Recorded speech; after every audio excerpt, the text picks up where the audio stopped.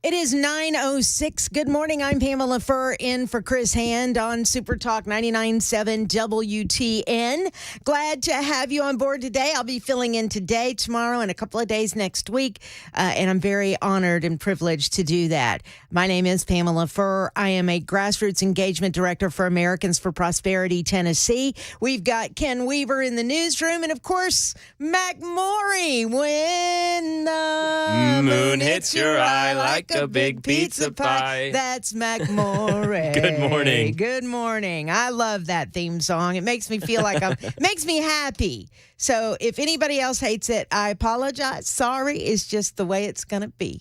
We're going to sing it every hour. It's going to happen. The hour, yeah. Anyway, so yesterday was a great day to be at the state capitol, and I don't know how to clear these lines. I'm hitting drop, but it's not doing it on the phone. So if you can do that, Mac, that would be awesome. Thank you. 615-737-9986 is our telephone number. You can also contact us on the Members Nutrition Super Text line. You are more than welcome to do that. Yesterday was a great day to be at the state capitol. It was beautiful outside. The sun was shining. There was a rally going on called Protect Tennessee Borders, brought to you by the Tennessee Conservative News Organization and Brandon Lewis. Quite a few people were there. I'd say probably about 100 or so, maybe 150 people were there. I don't know. Maybe I'm rounding down. Maybe there were 200, but it was a good crowd, and it was a good vocal crowd, and they were very concerned, those folks that were there, about Tennessee's borders. A lot of signs that said we are experiencing an invasion, if you will, at our borders of illegal aliens, illegal immigrants across the Tennessee border. And it was a good day. A lot of lawmakers were speaking. What is his name with the Mill Creek View podcast? Steve Abramowitz? Yes. He spoke as well. It was a good day, but gosh, it was just so gorgeous. I will say it was a little difficult to climb all those stairs with a crutch by my side, but I did it. I felt like Rocky when I got to the top. Yes, yo, Adrian. You know, it was great. I loved it, that I actually was able to do it. But I'm going to tell you something. Regardless of whether you think our lawmakers should be held accountable for illegal immigration happening in the state of Tennessee, the truth of the matter is the blame lies strictly with Joe Biden and the Biden administration. And there's a story that popped up today that has me very alarmed, if you will. Nearly 200,000, that's what I said, 200,000 migrant deportation cases are thrown out. Why? Because Biden and his administration failed to file the paperwork. Are you bleeping kidding me? Around 200,000 migrant deportation cases have been thrown out under President Biden because the administration failed to file the paperwork before the court hearings. An analysis by the Transactional Records Access Clearinghouse found the Department of Homeland Security, Department of Homeland Security. Who is that? Alejandro Mayorkas, who our own Congressman Mark Green has been after for quite some time for his dereliction in duty. Alejandro Mayorkas. At any rate, the Department of Homeland Security failed to file the required notice to appear before court in 200,000 cases, leading to them being thrown out. What does that mean? Well, the failure left courts without jurisdiction to handle deportation cases and rule on asylum claims, and left migrants in limbo and unable to work. Because some of these folks, some of these cases are asylum seekers who want to be in this country, who want to work, who want to do the right thing, who are trying to go through the process. And that first line of process is being granted asylum and then getting your work visas, et cetera, et cetera. The report says it's troubling as there is almost total lack of transparency on where and why these DHS failures occurred. These large numbers of dismissals and what then happens raise serious concerns. I think that is a mild understatement there. It poses a problem for the migrants or asylum seekers or illegals or whatever definition you want to apply. The report says it can potentially extend the time and difficulties that individuals and their families face in securing food, shelter, and other essentials. When they cross the U.S. border, migrants are assigned a hearing date to explain to an immigration judge why they should not be deported. The hearing is often set years in advance, which is extremely troubling. They are issued with a notice to appear when they enter, but the document also has to be filed with the court by the Department of Homeland Security. Failure to do so means the hearing can't proceed and a decision can't be made. So that means you've got all these folks in limbo. The number of times an NTA was not filed, again, notice to appear, leading to a case being thrown out, jumped when Biden came to office, according to the report. Their analysis found 6,482 cases were dismissed after an NTA wasn't filed on time in 2020, compared to 33,802 in 2021. The numbers then jumped again to 79,000. I'm going to round at this point. I like to round numbers. The numbers then jumped again to 79,000 in 2022 before falling to 68,000 in 2023. The numbers are much higher as a percentage of total cases under Biden, too. Between 2014 and 2020, less than 1% of deportation cases were dismissed as a result of NTAs not being filed with the courts. Whereas in Biden's first 3 years in office, it was 8.4% of cases. A case being thrown out can be very damaging to a migrant.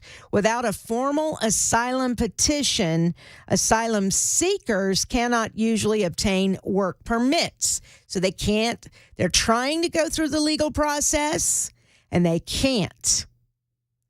The report said these dismissals, therefore, potentially extend the time and difficulties that individuals and their families face in securing food, shelter, other essentials while waiting for a work permit. Indeed, the lack of clarity about their case may only add to their sense of legal limbo rather than alleviate it. The report said equal troubling is the lack of solid information on what happened to these many immigrants. When the DHS never rectified its failure by reissuing and filing new NTAs to restart their court cases.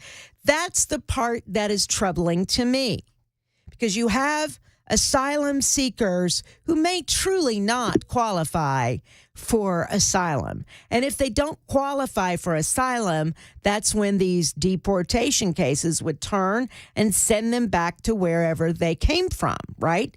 Because they don't qualify for asylum. That could be any number of people, types of people. That's what's troubling to me. I have no issue. I really don't. I have no issue of someone who is truly seeking asylum because the drug cartels are after their family. I met some folks, or sort of met some folks in Texas when I went to the border at a shelter, if you will. And it was pointed out to me that there was a mother and two children there who were on the run from the drug cartels. Her husband had been killed by the cartels, and the cartels were after her and her children. So she legitimately was looking for asylum. On the other hand, another group of people were pointed out to me. We're not sure about these folks. They're seeking asylum, but there's some question as to the honesty in their plea. And so those cases need to be investigated. But your court dates are 3 years out. Where are they going to go and what are they going to do? Instead of wait in Mexico, which is the way that Donald Trump had it, Joe Biden got rid of that, and they're waiting here in the U.S. Doing what? God only knows. Making a living how? God only knows.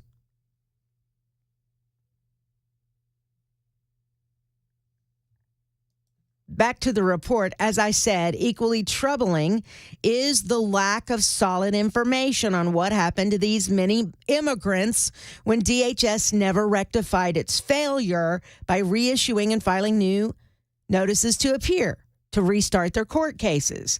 They found the mistake was only rectified for 1 in 4 migrants where NTAs were not filed with immigration courts. One possible explanation for the jump is Border Patrol agents and other personnel being given authority to schedule immigration hearings on their own. The report said 10 years ago, DHS's failure to file an NTA before the scheduled first hearing was rare. However, the frequency increased once Border Patrol and other DHS personnel were given access to the immigration court's interactive scheduling system. Now, this is rich to me that they're going to blame a little bit of this on Border Patrol when Border Patrol is so overwhelmingly overworked. The system is overwhelmed because the borders are wide, slap wide open, smack dab open. The report goes on to say, however, the frequency increased once Border Patrol and other DHS personnel were given access. Told you that a second ago. DHS's relatively recent access to the court scheduling system created a new administrative problem. DHS employees could schedule immigration court hearings sooner than the agency could file the NTAs. And this could have negative consequences for both the immigration court and the immigrant respondents themselves. The bottom line is the government continues to fail us at every turn. And the failures get bigger and bigger and bigger and bigger. And who suffers? Americans every time. It is 9:19. I am Pamela Furr, in for Chris Hand. 615-737-9986 is the telephone number. You can give us a call. I see you, Katrina. I will take your call first when we come back. You can also super text us at the Members Nutrition super text line as well. We'll be back in a moment on Super Talk 99.7 WTN.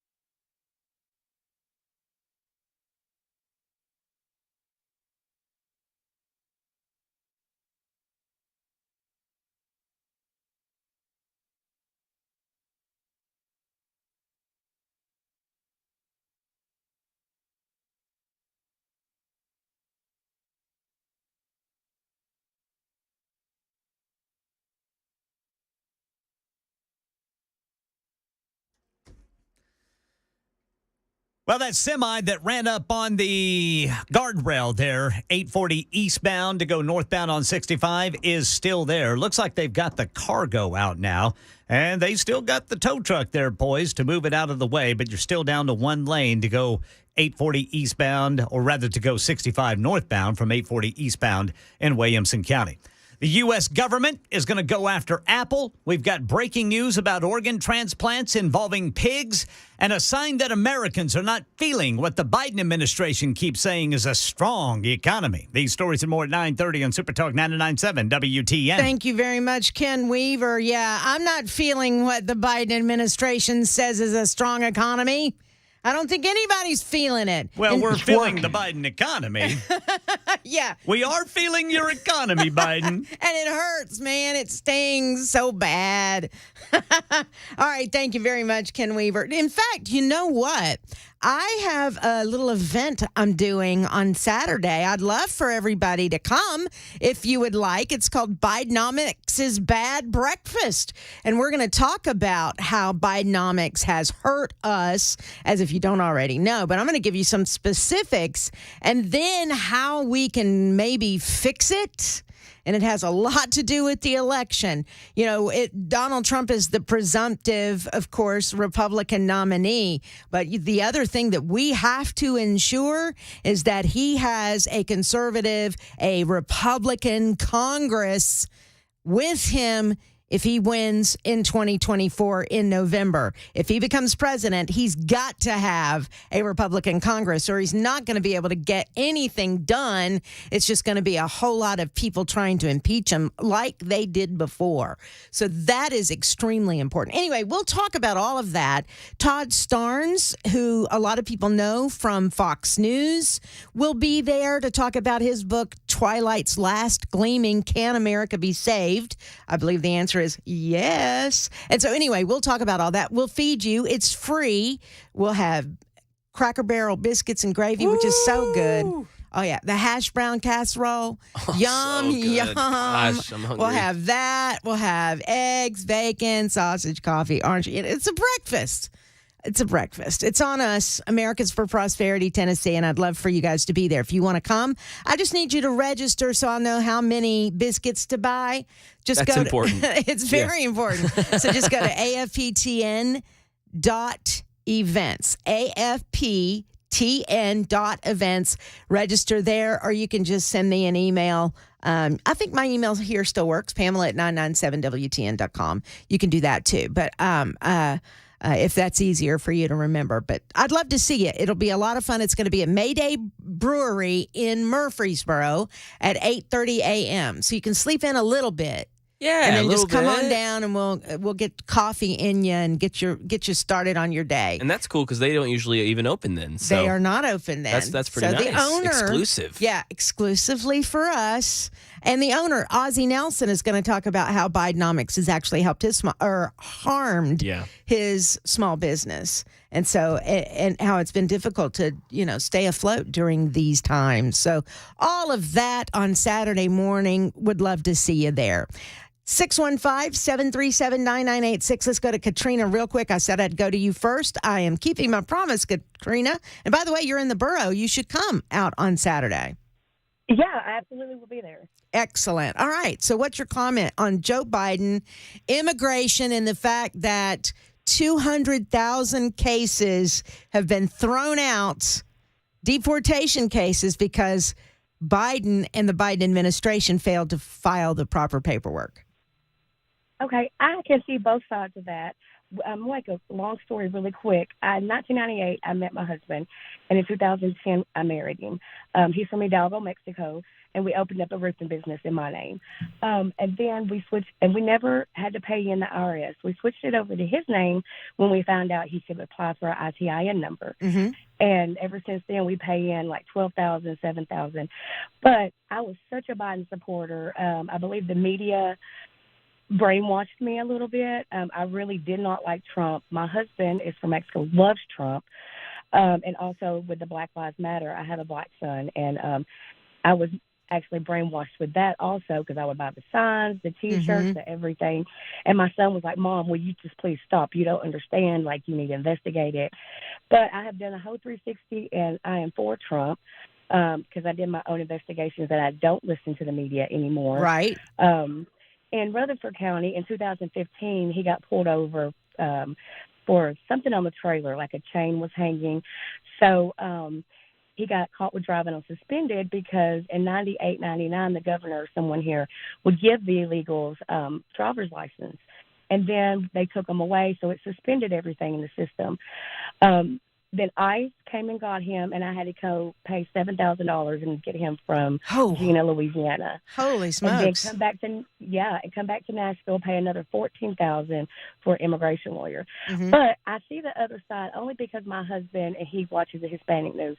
The border is absolutely flooded with immigrants, Mm-hmm. and he tells me, Katrina, they're not good people. I see it from his side, and he tells me about the cartel. I have learned so much. And it is a very huge problem with the Hispanic community, and there's Mm-hmm. more Trump supporters than the media will let out to see. Yeah, and Um, Katrina, let me just say, welcome to the light. yeah, for Glad sure. that you're here. I would never have thought. I listened to you for years, but I would never have thought I would voted for Trump ever. And to see that my eyes have been opened is something else. I mean, I I wish. Do see we it have any kind of clearly hallelujah now. music? Oh, we need. We For need some sort sure. of angelic kind of thing. All right, I was like there you go. dead set against like everything. But now that I look back on it, I'm like, man, I was so brainwashed. Yeah. It is. Well, I hate to do this to you. I hate to interrupt. I am Yeah. up against the clock here. I know, baby. Yep. I know. Well, come on and join us I was on trying to be there this Saturday. weekend. Yeah, would love to see you. AFPTN.events. If you can register there, we'd love to have you. And bring your son and your husband and anybody and all your friends. All right. Have a good day. Great. Thank you so much. You too. Bye bye. All right. It is 9:33. I'm running behind. I apologize to Ken Weaver, but it's time now for news on WTN.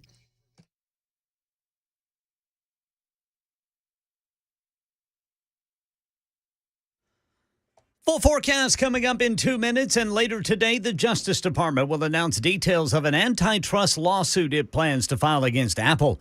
Breaking news about organ transplants in this country. USA Today reporting Massachusetts General Hospital announcing it has successfully transplanted a genetically modified pig kidney into a person. The first time someone has survived with that organ from an animal. Economic news, the company which owns nearly 7,000 Circle K convenience stores in this country is reporting what it says CEO says is the biggest drop in sales in more than a decade, more than 2%, blaming what he calls challenging economic conditions in the U.S. The New York Post reporting prices are up 19% since Joe Biden took the White House. That's the latest news. Weather is next. I'm Ken Weaver, WTN News.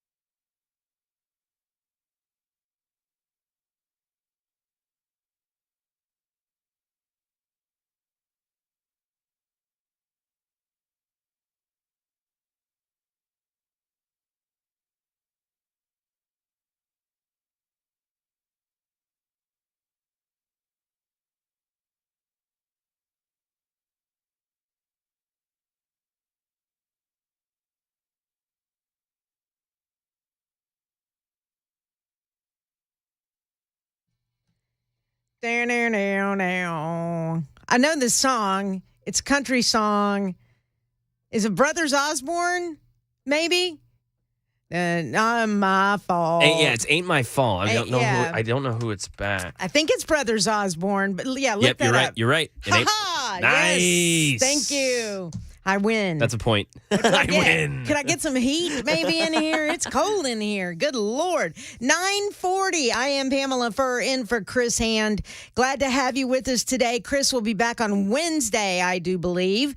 Thank you for listening. 615-737-9986 is the phone number. What was that text? Let me find that text. I responded. What do you want me to say? 1916. Yeah. Republicans in Congress and Senate are just as much responsible for the failing of this country. Comment on this, I dare you. What do you want me to say? They're all responsible for the problems that are happening in this country. Dare you. I double dog dare you. You won't do but it. The truth of the the truth of the matter is nothing can get done because not only is the country divided, but Congress is divided, right? Bingo. You can't get anything. Mark Green and the House impeached or recommended impeachment for Alejandro Mayorkas. That's where it's going to stay. Nothing will happen, right? I mean, that's what we have to make sure happens come November. That a Republican president gets office, right? And that would be Donald Trump. He's the presumptive nominee. So Donald Trump, we have to make sure that he gets a Republican Congress or nothing will get done. If it's divided, it would be just chaos. If it's a Democrat Senate and a Democrat House, zero will get done, and they'll do whatever they can to impeach him day one.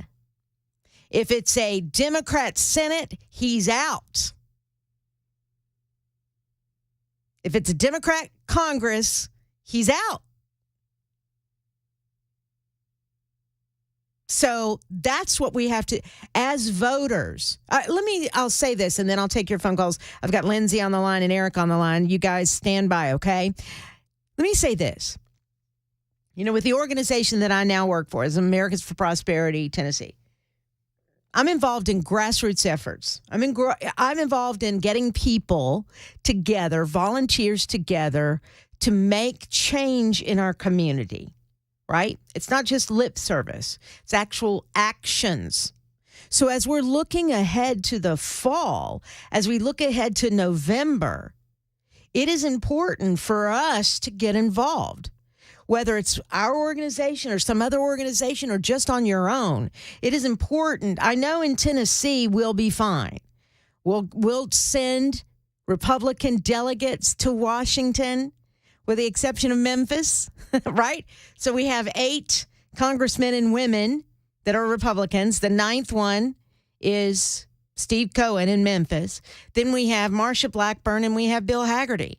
Marsha Blackburn is running for re-election. I mean, it's important for us on the ground to help other states who aren't as blessed as Tennessee is to have conservatives sent to Washington. So if you hear in Georgia or North Carolina or Alabama or Kentucky or Missouri or whatever, a need for grassroots efforts to be on the ground, to knock on the door, to make phone calls, get involved. Do it. I encourage you because that's how you change this country. And that's how you ensure in the fall we have a Congress that can get things done that will put America back on the path to prosperity. There's my speech. 615-737-9986. Lindsay, you've been holding for a while. Thank you so much for calling. You're on the air on the Chris Hand Show. Yes, good morning, Pam. Good morning. I want to talk about the Greyhound station in Atlanta. But on a side note, did you know that Mac Maury, we're all counting down the days of his Chiefs clothes? Of his what? Chiefs clothing. Are you in on that? His Chiefs clothing? Oh, yeah. Chris and I started this thing that see how many days in a row I could wear one article of Chiefs clothing without repeating. Oh, well, he's not wearing Chiefs clothing today. I am. Yeah, I've got socks. Let me see if I don't know how flexible I am, but I got some. Yeah.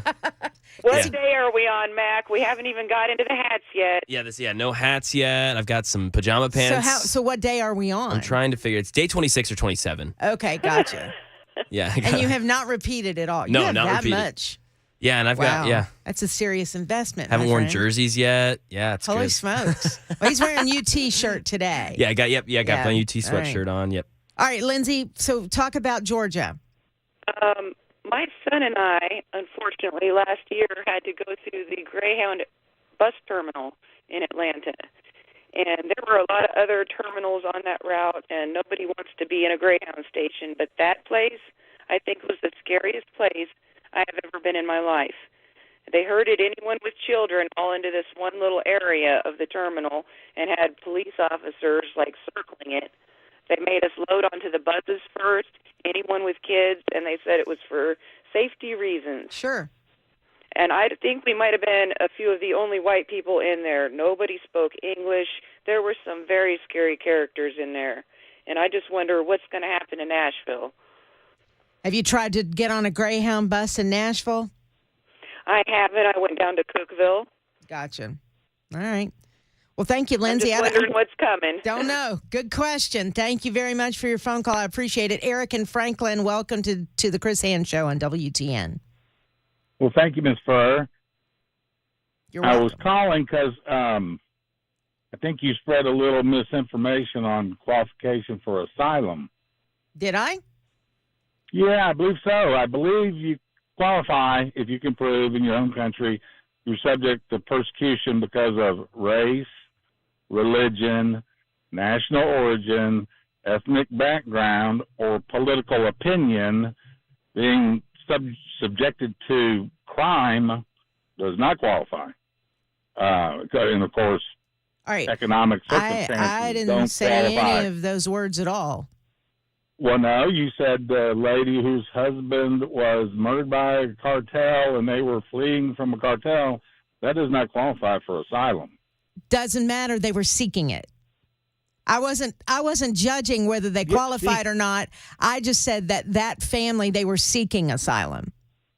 Okay, but they're seeking something that is patently they're not qualified for. Okay. I mean, clearly. But again, they're there seeking it, and they were there to go through the process.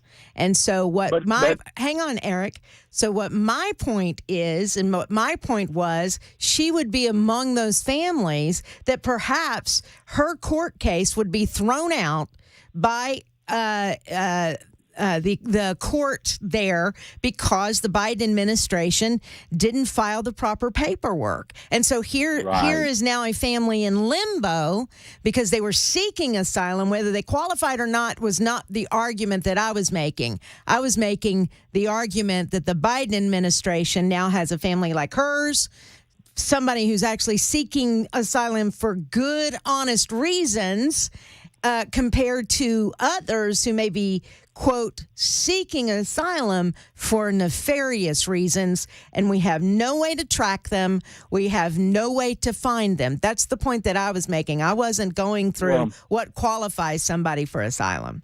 Right, I understand. But sure, that's a hardship. But they should have been turned away at the border because I don't disagree with you. It doesn't fall into pigeonholes, and they shouldn't be admitted because it's not even a prima facie case, not even a claim that qualifies. Don't disagree with you, but this is where we are under the Biden administration. He's letting them all in. And that is what is so tragic because under Trump, someone like that would have been turned away at the border because they do not. It would have been. Even It the would have claim been. is that it doesn't fall in the category. Would have been wait in Mexico. Absolutely. Thank you, Right. Eric. I appreciate your telephone call. 615-737-9986 is the telephone number. When we come back, do you remember the name Kyle Rittenhouse? You remember him? Did you know that he was chased off a stage and heckled by BLM protesters during a speech at the University of Memphis? Believe it happened yesterday. I'm going to tell you about that story when we come back. We'll talk a little bit about it as well. I'm Pamela Furr in for Chris Hand on Super Talk 99.7 WTN.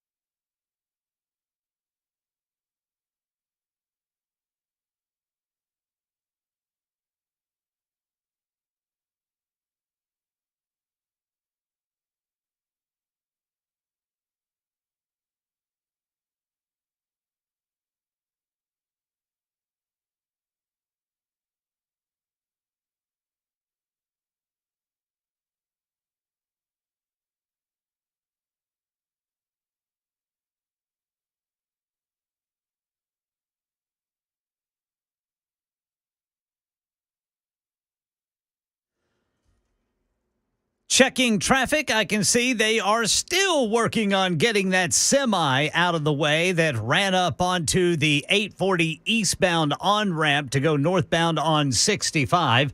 The Justice Department going after Apple, a medical breakthrough involving organs from a pig, and a robbery warning with tax season getting into high gear. These stories and more at 10 on Super Talk 99.7 WTN. Thank you very much, Ken Weaver. Now, we only have about 3 minutes left in this segment, so it's really not enough to dive deep into what happened to Kyle Rittenhouse, but I'll just give you just a brief overview, and then we can revisit it again after Ken Weaver's news at 10 o'clock. But apparently Kyle Rittenhouse was in Memphis yesterday, I do believe, and he was trying to give a speech at the University of Memphis. But Black Lives Matter supporters basically drove him off the stage. He's 21 years old, and if you'll remember, he was acquitted of murder for shooting two people at a BLM rally in 2020. And I mean, we can go into all those details again if you don't remember. But Rittenhouse was barely able to get a word out after he took the stage yesterday at the University of Memphis. His voice was drowned out by protesters, angry protesters, then chased him off campus, blocking, hitting, and spitting on cars that were carrying Rittenhouse and his support staff away. Now, I had been seeing Twitter posts from the Memphis area. I've got friends in media there in Memphis, and I had been seeing posts where there had been threats made that if he shows up to try to give this speech, he's going to see what happens to him, kind of stuff, just veiled threat kinds of things. There's even someone who posted, proud to have been associated with the group protesting Kyle Rittenhouse, a huge success in getting him to walk out in the middle of our, quote, questioning. I can't play any of it either. It's riddled with curse words, so I can't play a darn thing.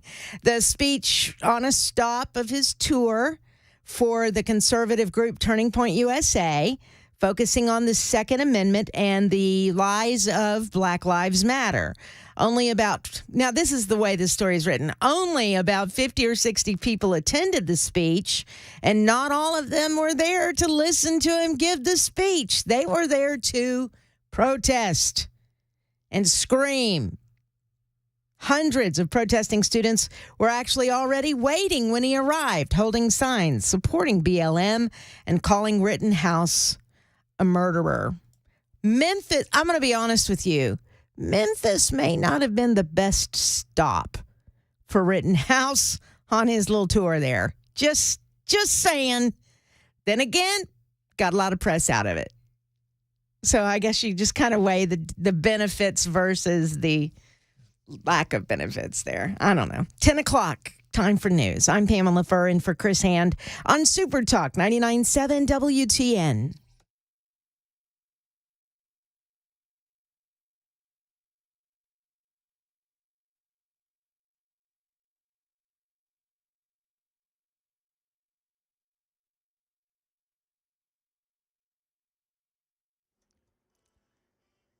Ten o'clock on the dot. I'm Ken Weaver with your top stories. Full forecast in 2 minutes. And later today, the Justice Department will announce more details of the antitrust lawsuit it is filing against Apple, accusing the company of monopolizing the smartphone industry, increasing costs for both consumers and developers.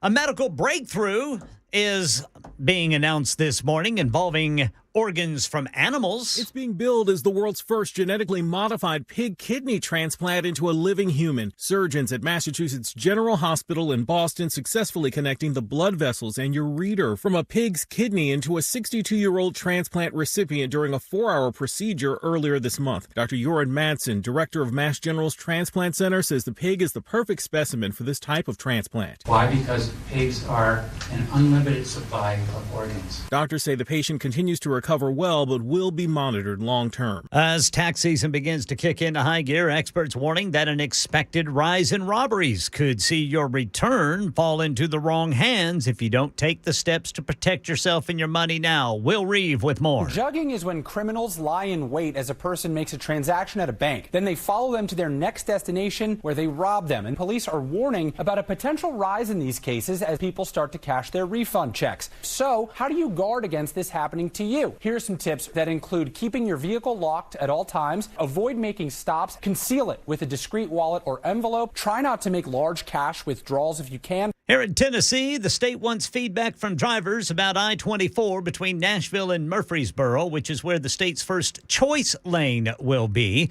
It's still years away. Officials have to conduct environmental and planning studies, then hold public hearings. But they say this feedback from this online survey will be used when TDOT asks companies for bids to build the choice lane. You can go on the TDOT website for a link. That's the latest news. Weather is next. I'm Ken Weaver, WTN News.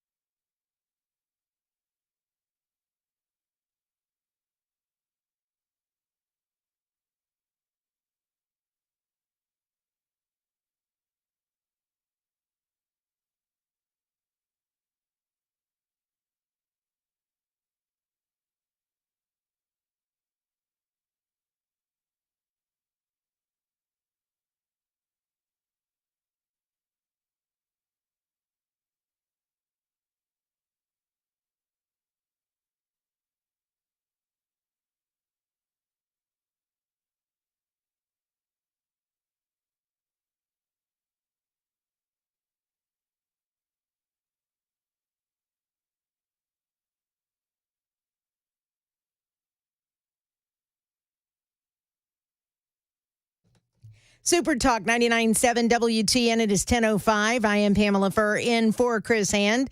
Give me a moment. I just downed some ice and I feel like I'm slobbering all over myself. Hold on. Good grief. Sorry about that. It kind of snuck up on me. Good to have you. Chris Hand is off until Wednesday. Is that correct? I think that's right. I think that's correct. Wednesday. And I get the pleasure of hanging out with you. So thank you for this opportunity. It's been a while, as they say. So I am a grassroots engagement director for Americans for Prosperity Tennessee. I know you've heard all the commercials that we have running. Thank you for your support. We have Ken Weaver over there in the newsroom. And then we've got Mac Morey in the studio right now. Matt, let's do. You ready? Everybody's waiting. When the moon hits your eye like a big pizza pie, that's Mac Morey. I mean, that's what I think. You've got a friend there in the control room that people can't see. But I Yes. mean, that is our theme song together. That is what we do. So every Yeah, it has time I to. hear of Mac's name, I have always thought of that song. It And feels so wrong if we don't do it. It you know? feels very wrong. Yes. All right. So real quick on sports, the first game is today. Who is it? Like Yes. what time? It's not any of the big ones, right? Playing today. I mean, no, it definitely will be. We'll have games all day today. Yeah.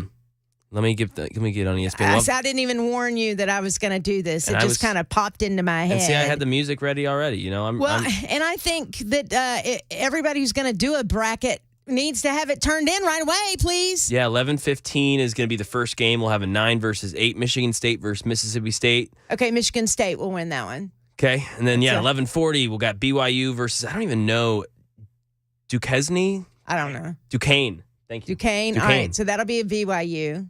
Yeah, but then all day, you know, noon, 1:45, 2 o'clock, All right, Thursday and all right. Friday, all day. Tennessee or North Carolina, any one of them playing today? Tennessee is tonight at 8:20. They'll play St. Peter's. 8:20. All right.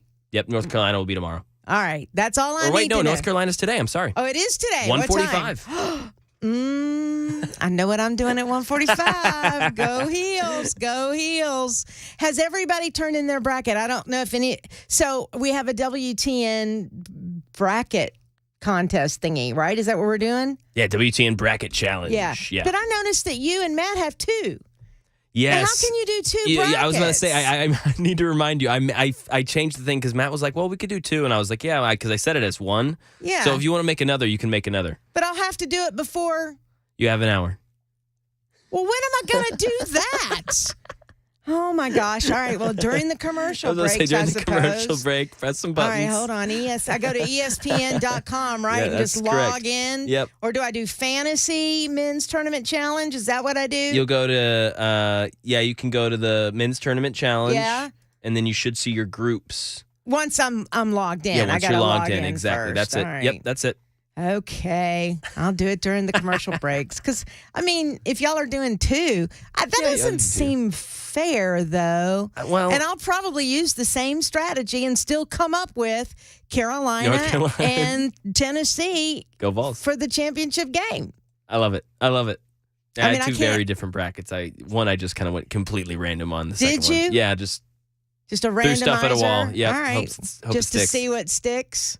Yeah, because if you get a perfect bracket in here, doesn't ESPN notice it? Oh, and yeah. you win like a prize or something? I'll go be on a talk show, I'm sure. Perfect bracket. Yeah. How did you do it? What was your strategy? I threw it at the wall, and that's how I did it. Like, go What? listen to my podcast, Behind the Box Score. You can learn everything.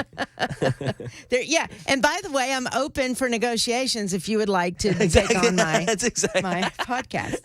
Anyway, all right. Well, I love college basketball. So much fun. It is fun during March Madness. I don't watch it as much before March Madness. I really don't, to be honest, because football. Yeah, no, I get that. I used to way more, but yeah, now it's not until like maybe February that I really like you tune in. start I'm like, okay, watching some conference, games. Yeah. Conference yeah, championships. conference tournaments start Yeah. to kick in, stuff like that. Yeah, that's all. Same. And it used to be different because I lived in North Carolina, so nobody in North Carolina cared about football. You're like absorbed in basketball. No, I get that. Yeah. So much because we had North Carolina Tar Heels, we had Duke, Yeah. we it's had right there. the Blue Devils, we had Wake Forest. It is a good basketball program. You've Oh, got yeah. NC State. I mean, oh my gosh, the greats came out of the state of North Carolina. No, 100%. So, No, yeah. yeah. I totally get that. Being Consumed with college basketball. Yeah. I grew up like 45 minutes from Lawrence, so I was all around Jayhawks fans in Kansas. It was college basketball country, so I totally get that. Totally get that. So here you move to Tennessee, and it's nothing but SEC Yep, football. college football, yeah, Yeah. which was not a thing in Kansas. Didn't talk about college football a lot. Even high school football. Yeah. It was Oh, a major, yeah. major thing here. I remember moving in Yeah. high school. I was like, whoa, this is different. It's a Yeah. whole lot different. Yeah. So, and, it's just a lot of fun. That's the thing for so me. It's just fun things to do on a Friday night that won't get you killed. Yeah, there we go. Yes. Anyway, speaking of which, I don't know. I'm not criticizing I'm just questioning the thought process of why anyone would think it would be a good idea to have Kyle Rittenhouse speak in Memphis, Tennessee. I don't understand that. That just does not compute for me. Maybe there were other reasons. I mean, obviously this is now getting publicity, but somebody could have really gotten hurt. I'm just not going to lie here. Kyle Rittenhouse driven off stage by Black Lives Matter supporters as he tried to give a speech at a university. You can't hear any of this speech because people were trying to drown him out. And I'm going to tell you, I don't know if you've ever tried to give a speech when people are screaming at you. It is not easy. I don't know how yesterday, I want to make it about me, you see. Yesterday, there was a rally to protect Tennessee's borders at the state capitol, and several lawmakers were speaking, and there were protesters there who were trying to drown out the speakers. Janice Bowling was one of them, and boy, those protesters were screaming pretty loud. And I don't know, the whole time I kept praying to Jesus, and I'm not exaggerating, dear Lord, give me the focus so that if there is anybody screaming, that I don't lose track, that I don't lose my focus, that I just stay straight on the path of what it is that I came there to say. Now, what could have happened, they could have been screaming at me, and I don't know, made it in my brain that they were screaming for me. Maybe that's what happened. I did get a lot of amens and applause and whatnot. I don't think any of those folks were screaming while I was speaking. I just don't know. I kind of tuned it out as much as I could. But I commend those who just plow right through. But at some point, you just have to kind of give it up. And that's what this 21-year-old Kyle Rittenhouse absolutely did. And there are those that are calling him a hero. There are those who are giving him a lot of praise for what happened to him. I wouldn't call him a hero, but I would certainly say he is someone that stood his ground in self-defense and didn't die. He did not die. And do you remember the case? Let me scroll down here so I'll get all the specifics of this particular case back in the day. Let's see. This is the speech. Stand by, guys. It was, he was 17 years old, and he showed up to a protest following the shooting of Jacob Blake. He was a guy that was shot 7 times by a white policeman at a traffic stop, rendering him paralyzed. And I don't remember, honestly, how that case panned out. I'd have to go look it up because there's been quite a few over the years. Rittenhouse said he was there with a group of local people defending businesses from looting, and he was carrying a rifle strapped to his shoulder. I'm sure you remember those photos. He shot a guy 4 times after this man threw something at him and grabbed the barrel of his rifle. I don't know about you, but if anybody is grabbing my weapon, trying to grab my gun, I'm going to defend myself. Aren't you? Rittenhouse then was pursued by a crowd. Another man caught up to him, hit him with a skateboard, and tried to wrestle away the rifle, and he was shot. Rittenhouse defended himself. When he went to court, he defended himself there.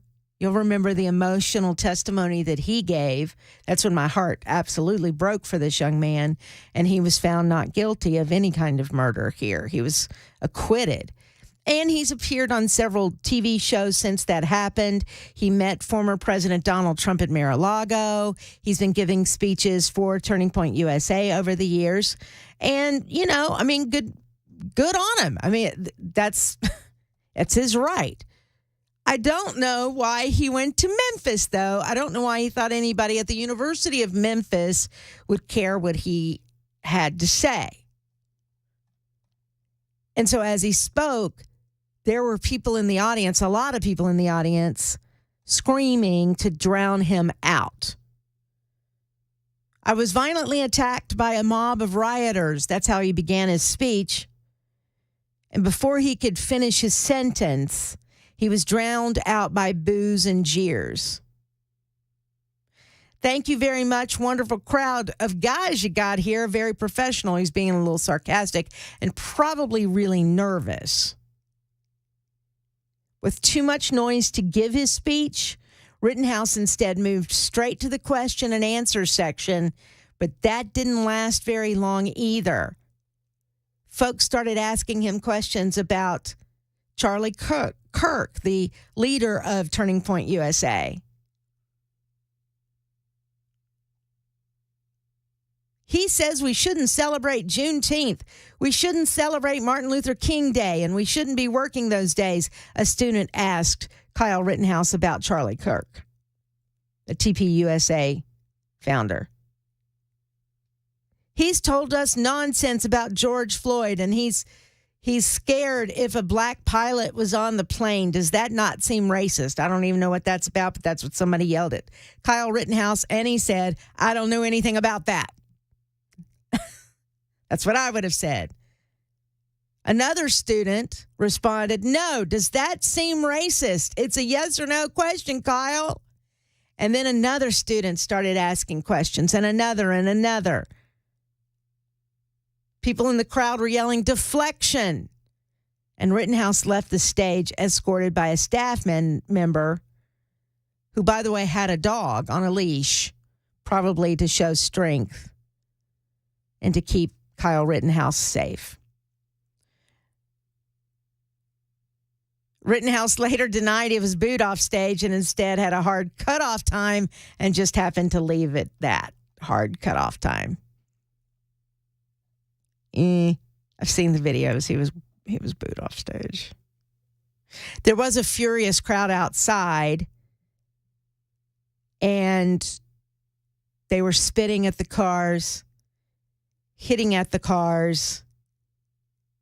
Witnesses said police had to push the protesters back to allow the cars to leave and to stop them from attacking the staff there at the University of Memphis.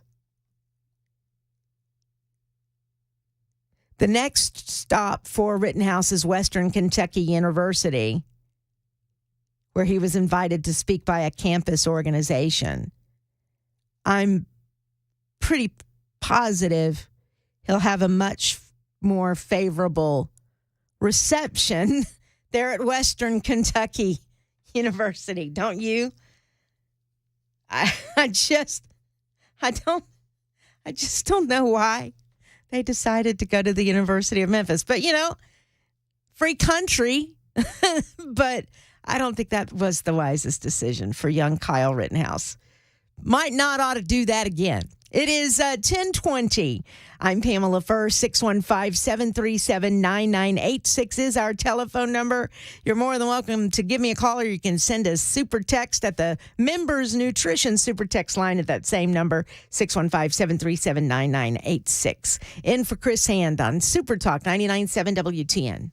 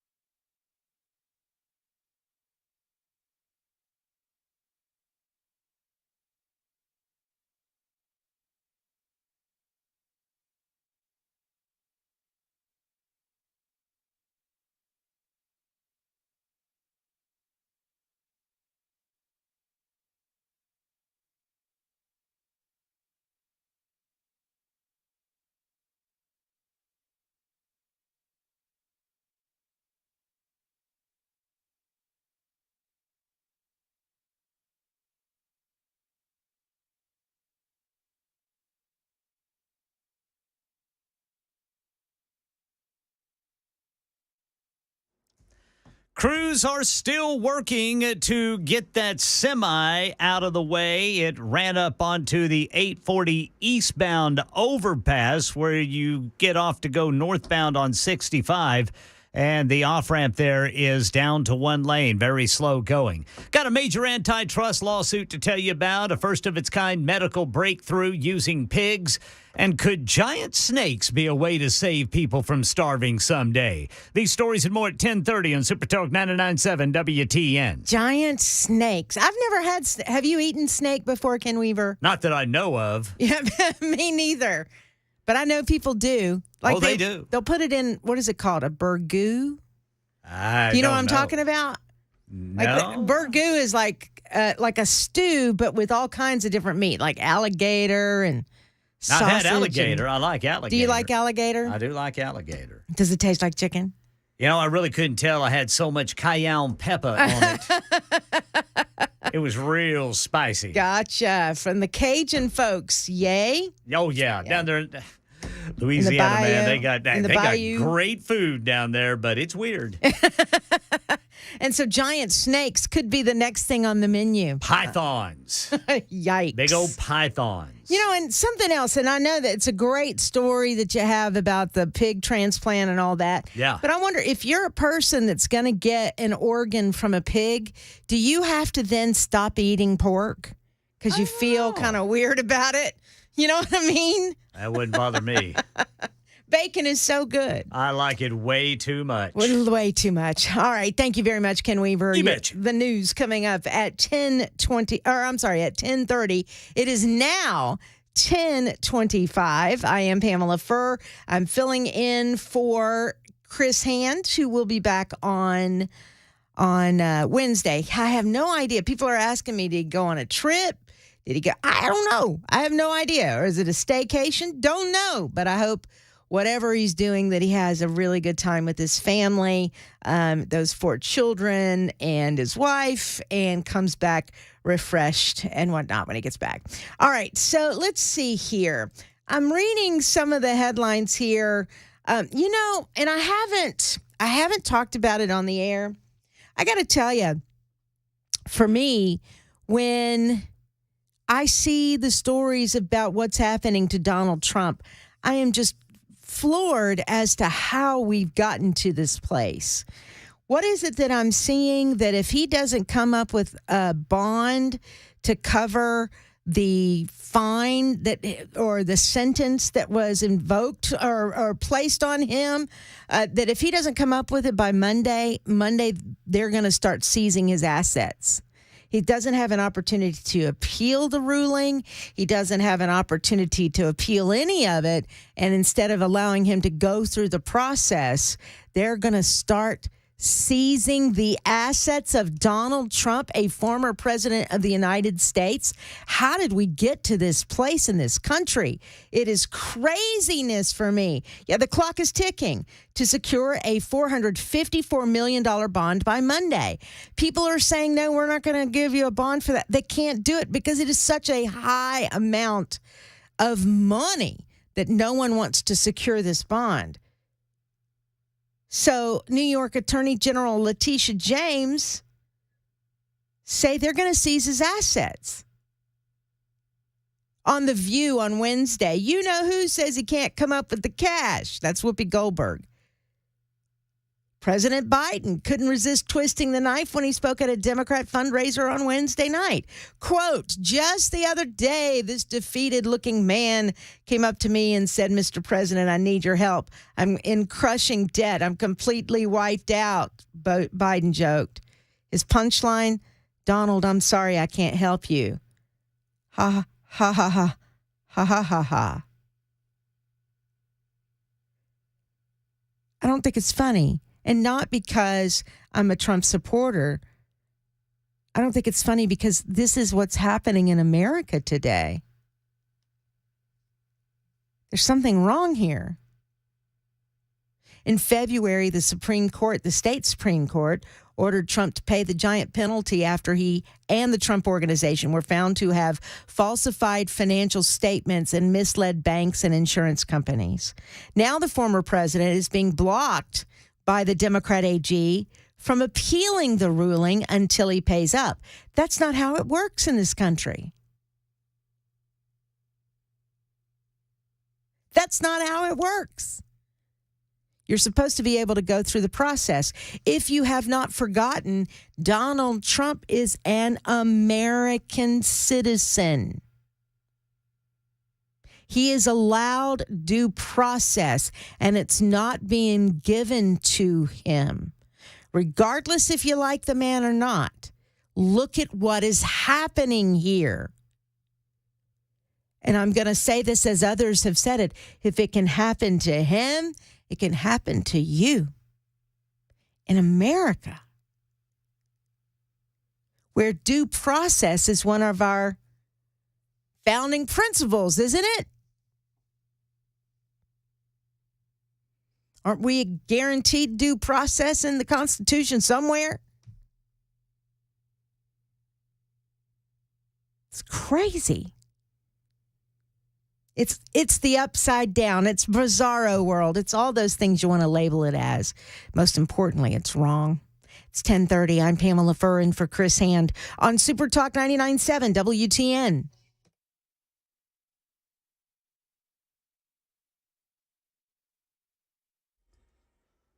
Full forecast coming up in 2 minutes. And right now in Tennessee, Channel 4 says the search for missing college student Riley Strain has moved to the waterway in Ashland City.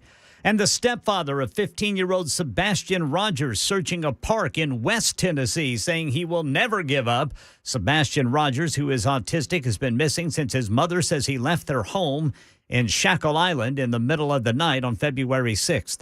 Major antitrust lawsuit filed. The Justice Department and 16 state and district attorneys general alleging Apple created a monopoly in the smartphone market. And Massachusetts doctors carried out a medical first. It's being billed as the world's first genetically modified pig kidney transplant into a living human. And while on the subject of animal organs, The Hill has a story about a study published in the Scientific Reports Journal, which finds pythons may one day provide sustainable meat for food insecurity. The lead researcher says pythons are cheaper than livestock because they need very little food and will eat rodents and other pets, attacking crops. They're already a delicacy in many places like Thailand and Vietnam. That's the latest news. Weather is next. I'm Ken Weaver, WTN News.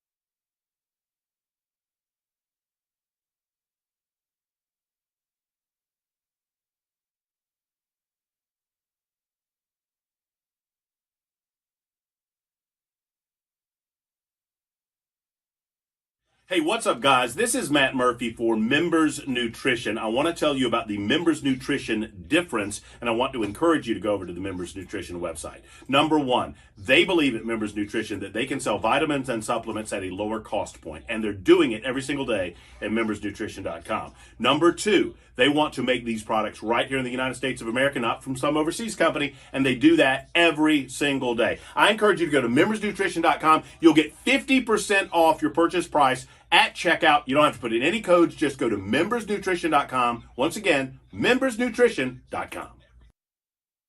The guaranteed offer is the easiest way to sell your home. It's really simple. We bring you an all-cash offer. You close in as little as 21 days. No home inspections, no lock boxes, no open houses. Go to markspain.com to get a guaranteed offer and start packing.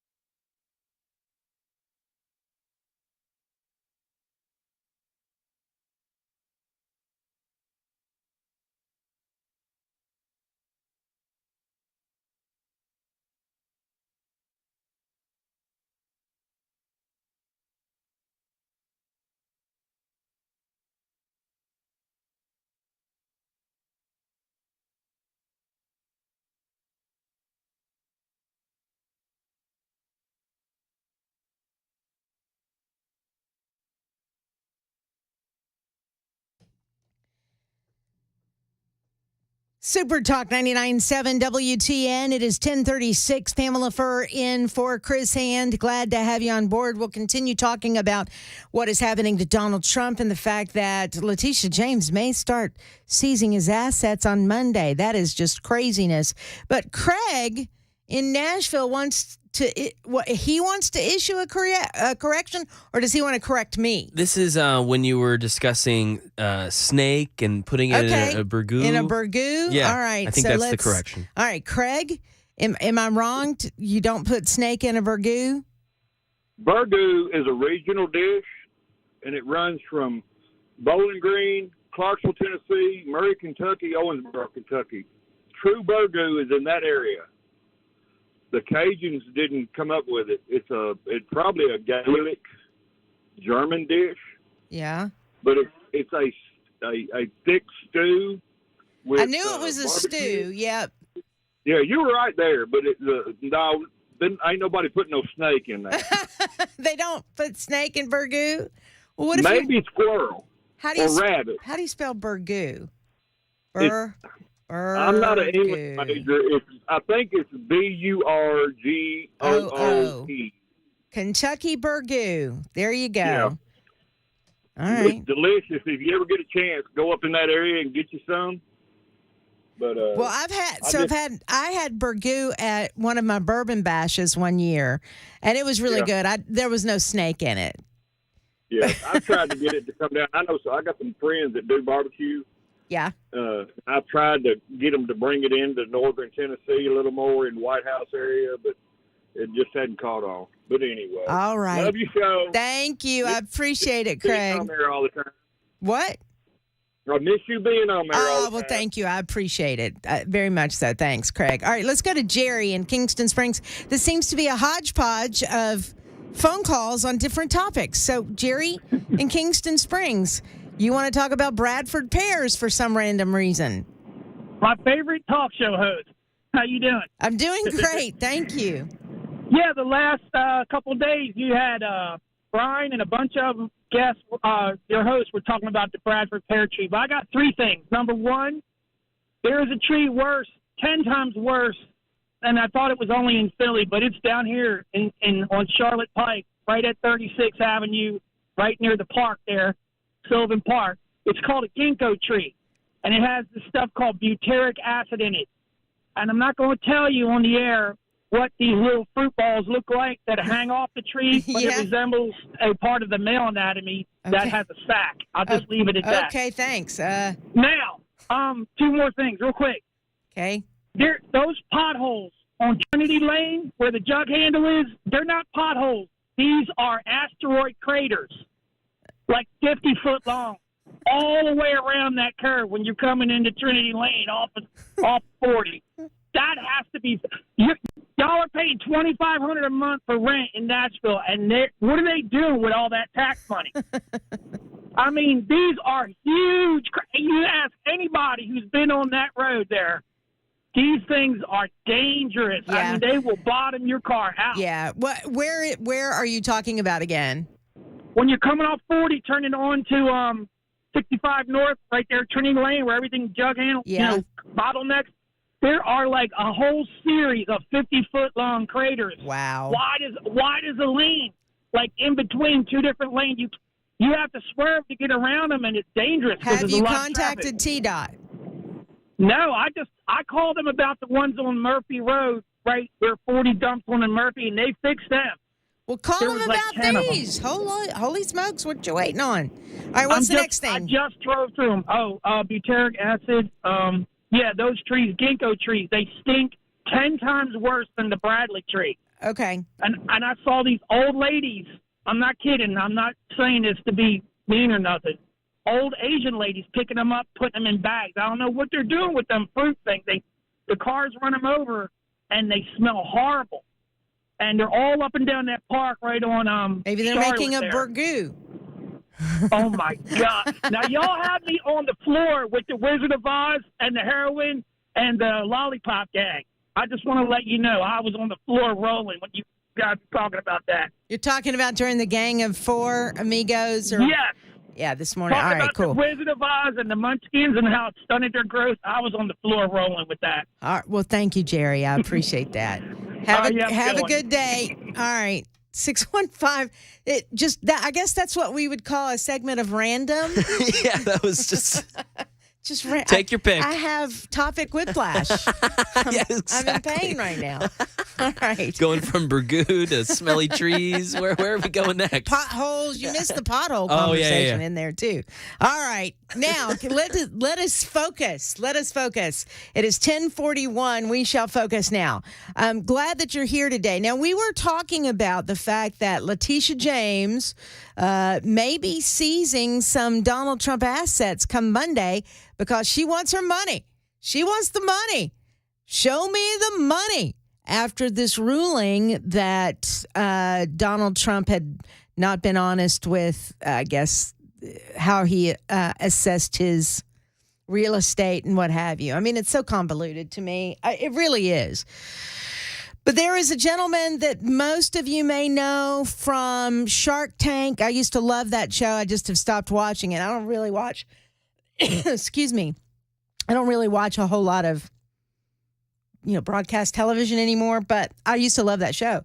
And Kevin O'Leary is on that show, and he's been recently talking about this case and what it could mean for the future of business here in the United States of America. And I'm telling you, you don't have to be a financial guru to understand this could have devastating effects on us as Americans for years to come.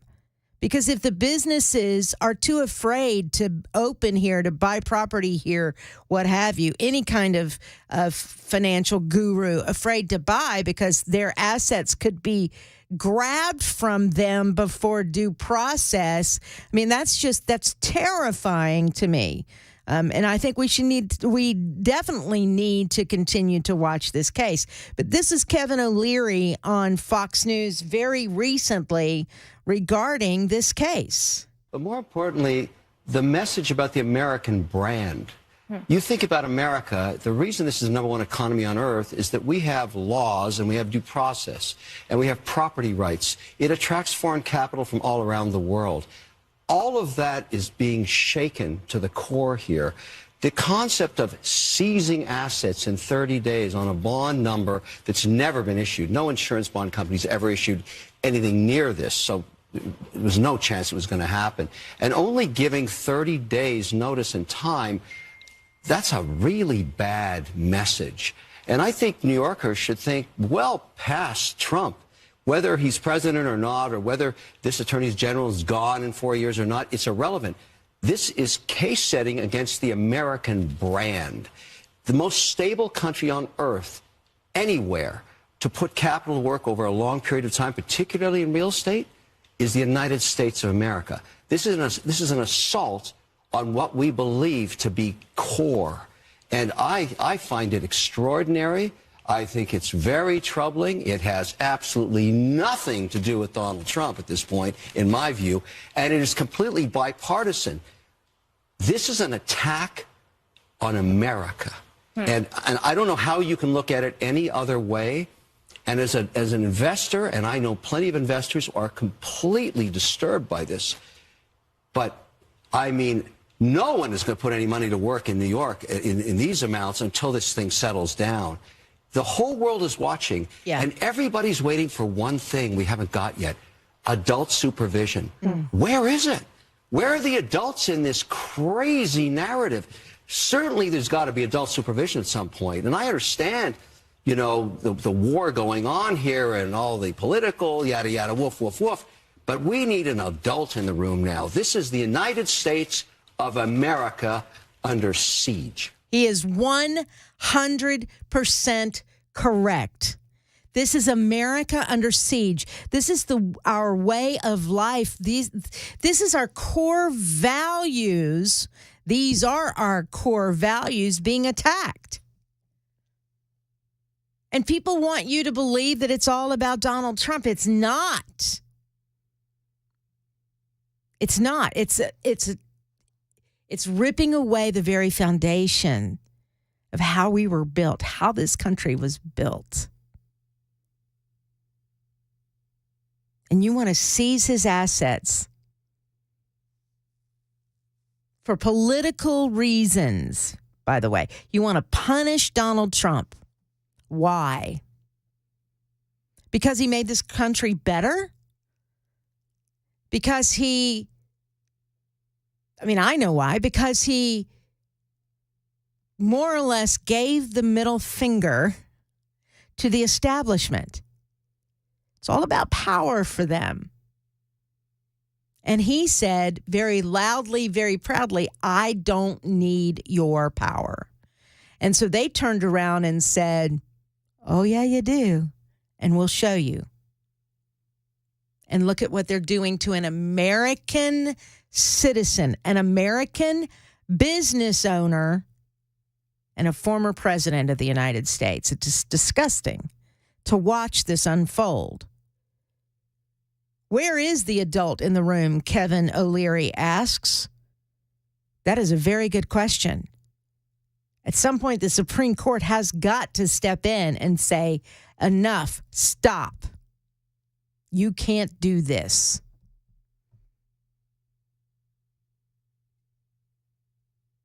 615-737-9986 is the telephone number. It is 10:48 on Super Talk 99.7 WTN. When we come back, I haven't talked about this at all. Tony Babalinsky, am I saying his name right? Babalinsky. I want to go Babaloo, like Lucy and Desi. But anyway, he testified in front of the Oversight Committee, the House Oversight Committee yesterday, and scolded lawmakers. And there was a lot of chaos yesterday. I know Dan played a lot of that audio. I'm sure others will play a lot of audio from it. I'm just going to play one core piece. AOC made a fool of herself. Some others made a fool of themselves. But Tony Babalinsky wants lawmakers to focus on one important part of this whole thing.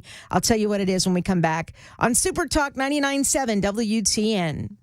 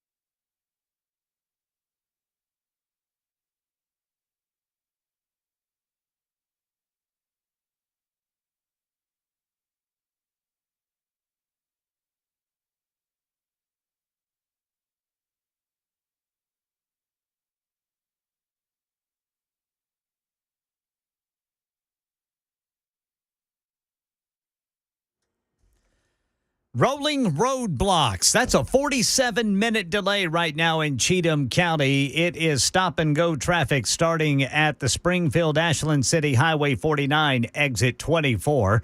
They have that semi upright and on the road now, on the shoulder there. So progress being made there, 840 eastbound on-ramp to 65 northbound. Still one lane there on the off-ramp to go 65 northbound, but at least we're making some progress. New developments now in the search for 2 missing people from Middle Tennessee. We've got that for you in more at 11 on Super Talk 99.7 WTN. All right. Thank you very much, Ken Weaver. It is 10:56. Pamela Furr in for Chris Hand, who's off for a couple of days. He will be back next Wednesday. 737-9986 is the telephone number. That's also the number for the Members Nutrition Super Text line.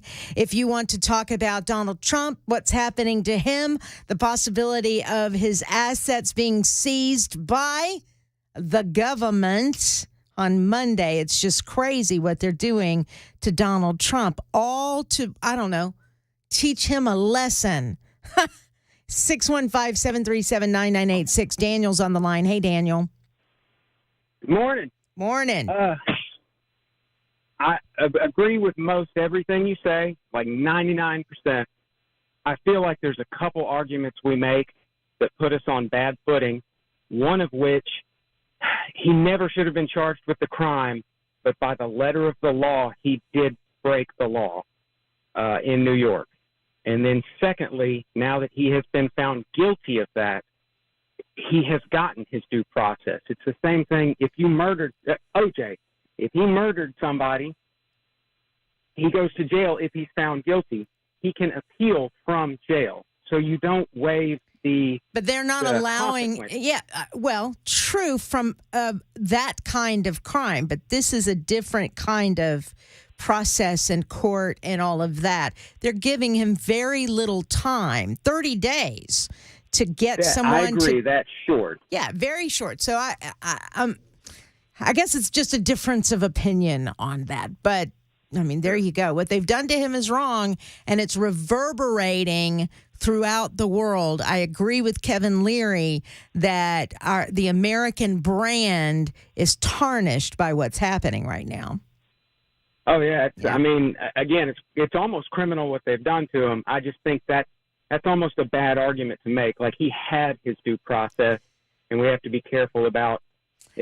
I disagree with you. It's almost, I disagree. I disagree with you. I think the due process should be allowed to continue, and it's not before they start seizing his assets. The appeals process should be allowed to go through before they start seizing the assets.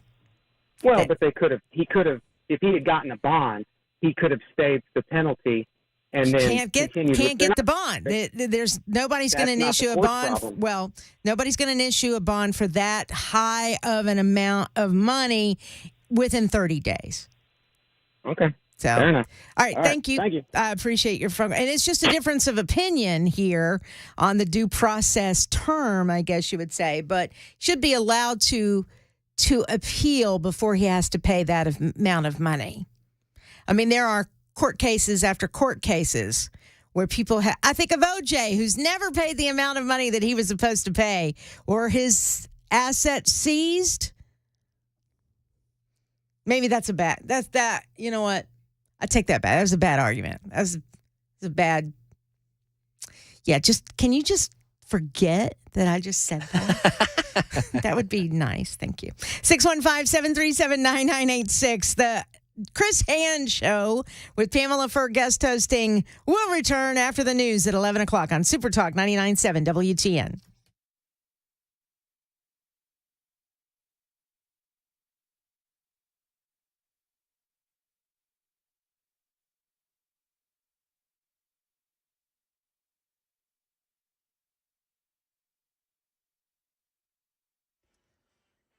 Eleven o'clock on the dot. I'm Ken Weaver with your top stories, tracking the next best chance for rain during the full forecast in 2 minutes.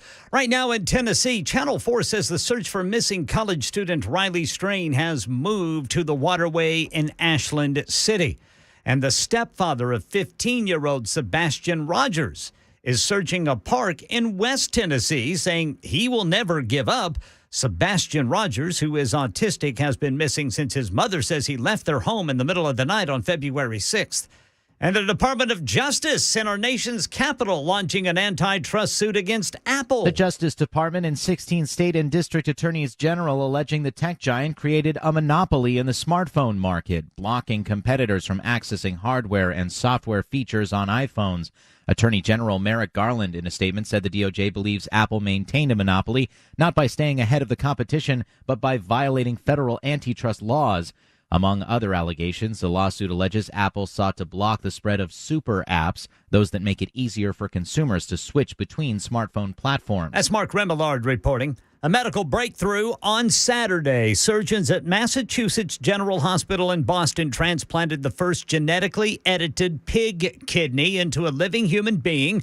Dr. Leo Rayala says the 62-year-old patient is recovering well. Our hope is that dialysis will become obsolete. Dr. Tatsao Kawai led the team, says the kidney pinked up right away, started producing urine. It was truly the most beautiful kidney I have ever seen. Director of Mass General's Transplant Center says the pig is the perfect specimen for this type of transplant because pigs are an unlimited supply of organs. And in Washington, bipartisan House and Senate negotiators have released the text of a massive spending package aimed at avoiding a partial government shutdown that would start tomorrow night. The measure would provide funding for the affected agencies through the end of the current fiscal year. The 1,000-page bill increases migrant detention beds and staffing to the Border Patrol. It provides a boost to Head Start and child care programs, but it zeroes out funding for the UN Agency for Palestinian Refugees. The Biden administration had already halted U.S. support following the Israeli determination that a dozen agency workers took part in the Hamas attack on October 7th. That's the latest news. Weather is next. I'm Ken Weaver, WTN News.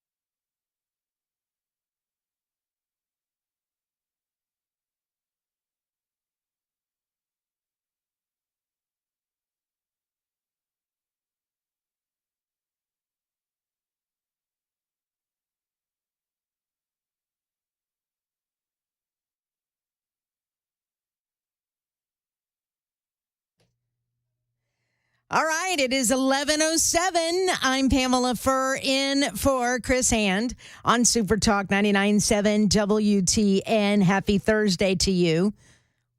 All right, what is the phrase that Matt hates? Oh, yeah. Friday It's Friday Eve. Ah, yes. Happy Friday Eve. You know, I don't like that either. Oh, you don't either? Wow. It's just kind of goofy. I think it's great. Friday Eve. Yeah. You just like it because it takes Matt off. Bingo. That's exactly right.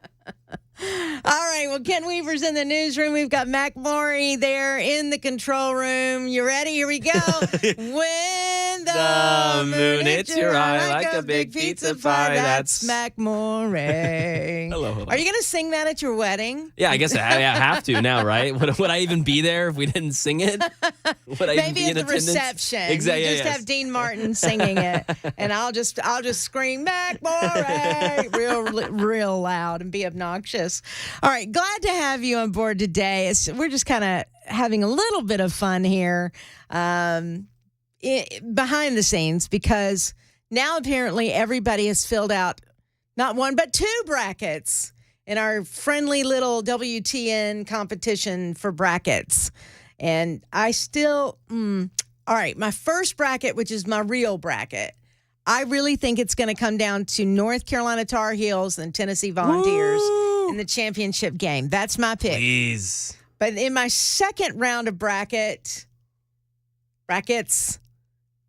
I've got North Carolina and Duke in the championship game. That would be incredible. Holy smokes, would that be craziness? I'm definitely rooting for that. We haven't seen anything like that. In fact, have we ever seen that in the champion? I think we may once or twice have seen that in a championship for all the caboodles. Yeah, you might be for right. all the I don't know. noodles. That's yeah. whatever the phrase is. Oh, that would be amazing. That would be fun. But I really think, and by the way, everything would burn to the ground in the state of North Carolina. Oh yeah, yep. Everything would be on fire if that happened. So Tobacco Road would be no more. Anyway, what? So North Carolina and Tennessee in your main bracket, which means could be busted today. Both of them play today, so it could be ruined. That is That's true. the way this goes, right? Thursday and Friday, everyone's tears. Yeah. I've lost already. Everyone's so excited Now, Thursday morning. Did you have Carolina winning in your bracket? I've Do you got remember? Carolina pretty deep. Let me go to my main one. At least winning today. Oh yeah, for sure, Yeah. for sure winning today. And looks like I've got North Carolina. I'm trying to find out which region they're in. Oh yeah, I've got them in the Elite Eight. Nice, Final nice, four. nice. Final You got four. them in the Final Four. Got them in the also. Final Four. Good deal. I'm losing to UConn, but I got them in the Final Four. They're not going to lose to UConn. Maybe. All right. Anyway, if you want to keep up with the March Madness, the guys will have all of that information for you as the days progress. I'm going to have to text my mother here in just a few minutes and remind her that the Tar Heels play at 1:45 this afternoon. All right. I wanted to talk a little bit about testimony yesterday. It was the House Oversight Committee yesterday talking about Joe Biden and his business dealings. The Biden crime family syndicate would probably be the best way to phrase that. And Tony Bobulinski, who testified in front of this committee, and there was a lot of drama and there was a little bit of chaos, and you had some lawmakers saying just stupid things, Democrats. But the focus, I think, of all of this should be in one place. And this is what Tony Bobulinski had to say yesterday that I think puts every bit of it in perspective. My computer is up there, Mac, here we go. About Mr. Goldman, we don't pay any attention to Mr. Goldman either, but is there anything that anyone said up here that you want to take about 55 seconds to respond to? It's tempting. I mean, my biggest appeal to everyone in this room is I wish you would spend the time focusing on the fact that the Chinese Communist Party infiltrated the White House of the United States of America. Listen to that. And he's right. I wish you would spend your time focusing on the fact that the Chinese Communist Party infiltrated the White House of the United States of America through the Biden family. Here we go again. Biggest appeal to everyone in this room is I wish you would spend the time focusing on the fact that the Chinese Communist Party infiltrated the White House of the United States of America through the Biden family. I don't say that lightly. It's not a joke. I was willing to die for this country, as was my father and both my grandfathers and my brother. This is serious, serious stuff. We should be asking how that happened. Take the Biden name and the Biden family completely out of it. How did the Chinese Communist Party infiltrate the White House of the United States of America? Let's start there, focus on those facts, what they did, how they did it, why they used money, why they used private enterprises instead of military stuff and other stuff. That is huge to our national security. So I appreciate you yielding that time to me, Mr. Chairman. Well, thank you, and I'll just say this. Mr. Tlaib This, and of course, is Presley criticized the investigation, but James Comer. I think most Americans care about public corruption, and they realize the FBI hasn't done the job, the DOJ hasn't done their job, the IRS hasn't done their job. They've been told to stand down. All that's left is the House Oversight Committee, and we will do our job. And pursuant to the previous order, because votes have been called again, the committee stands in recess subject to the call of the chair. The committee will reconvene 5 minutes after floor vote. All right. So there you go. That was yesterday during the House Oversight Committee. And again, a lot of chaos, a lot of criticism. But that right there, what Tony Bobulinski said, is what we should be focused on. Because I have to be honest with you. For me, I've been looking at all of this, and I have been in the group that says, to what end are we spending all of this time at this point? If you're trying to impeach Joe Biden, by the time you get to any kind of impeachment, we'll have the elections and he'll be out the door. So to what end do you do all of this? And I think it's important to remember exactly what James Comer said at the very end. No one else has done their job here. The DOJ, the FBI, the IRS, no one. The only thing left at this point to hold these people accountable are our lawmakers. That's the only group left at this point. It's a sad situation that we're in, of course. And when you get the politics out of it, if what Tony Bobulinski says is true, if these details turn out to be fact, which it looks like from my standpoint, they're facts that this has happened.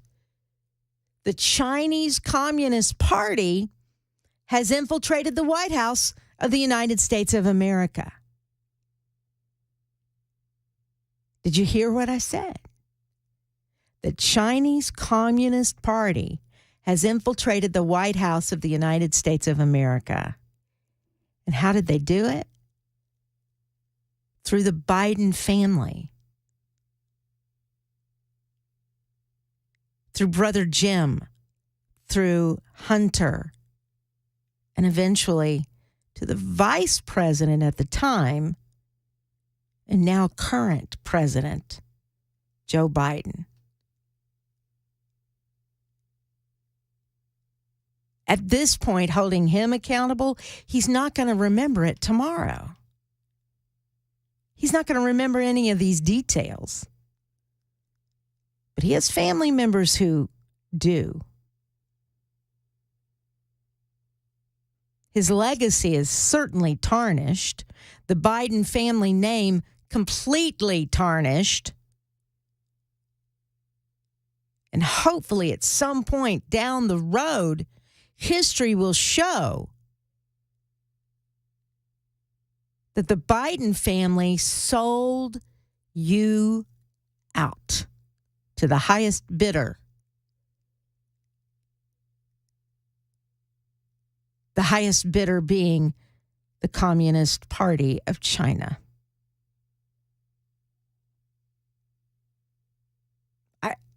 Those words coming out of my mouth feel so bizarre.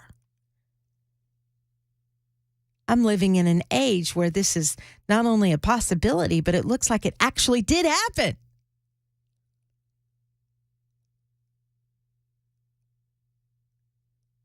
And the mainstream media has their fingers in their ears. La la la la la la la la la la. They don't want to hear it. La la la la la la la la la la. From my understanding, very few mainstream media outlets carried any part of yesterday's hearings. La la la la la la la la la. They don't want to hear it. And they don't want you to hear it. They don't want you to know the facts. They don't want you to know what has happened. They don't want you to use your own brain and come to your own conclusions by listening to the testimony and listening to the evidence that was presented yesterday. And the testimony that was presented yesterday. They don't think you care. They don't think you have enough brain power to understand. So therefore, la la la la la la la. We don't want to hear it. We're not going to show it to you.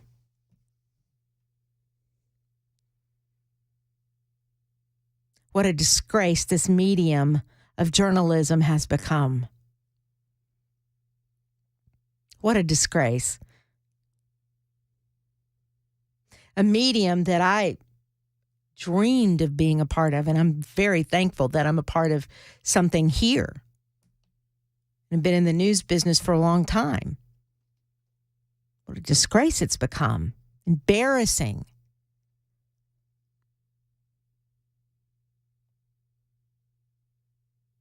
Most media outlets these days are propaganda pieces, propaganda warehouses.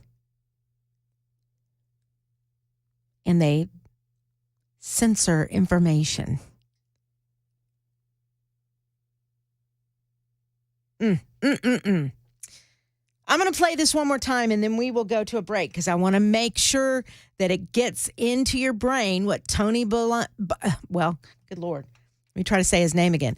Tony Bobulinski said yesterday after he was asked by James Comer, is there anything else you would like to say to these legislators here? It's tempting. I mean, my biggest appeal to everyone in this room is I wish you would spend the time focusing on the fact that the Chinese Communist Party infiltrated the White House of the United States of America through the Biden family. I don't say that lightly. It's not a joke. I was willing to die for this country, as was my father and both my grandfathers and my brother. This is serious, serious stuff.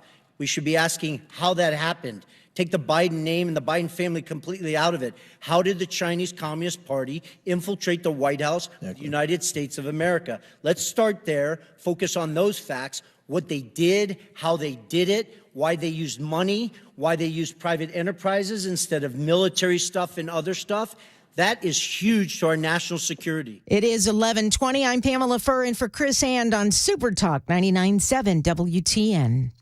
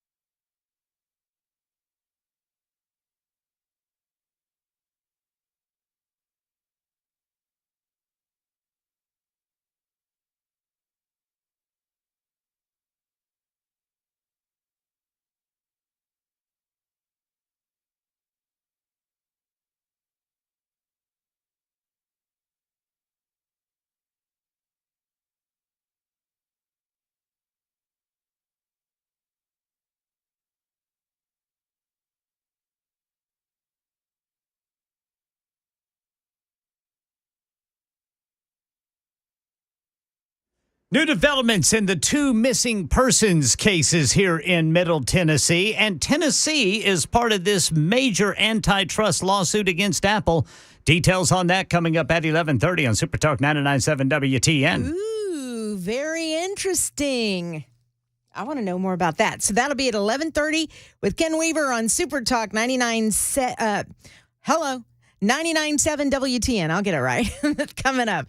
I'm Pamela Furr, tongue-tied and everything, in for Chris Hand. He'll be back on Wednesday. 615-737-9986 is the telephone number if you'd like to call. You can also super text us at the Members Nutrition super text line. Got a lot of a lot of people that are commenting on the Tony Bobolinsky testimony yesterday. What is truly sad, this is from 3735, what is truly sad about our situation is in this country is that the Democrat Party stays united 100%, while the Republicans stay split between lazy people that just won't vote or the uninformed, don't care, or they're never Trumpers. It will be a miracle from God if Donald Trump somehow wins this election, because they're going to cheat and the Republican Party will not do anything to stop them. And a certain amount of people in this country just do not care or want to put up the effort to vote or stop anything. I'm going to agree with you to a point. Remember, there is new power, if you will, at the party level for the Republicans, right? The RNC, there's new people in charge, including Donald Trump's daughter-in-law. So I think they are putting in the mechanisms needed to make sure there's no cheating going on this time. At least that's what we have to hope for, right?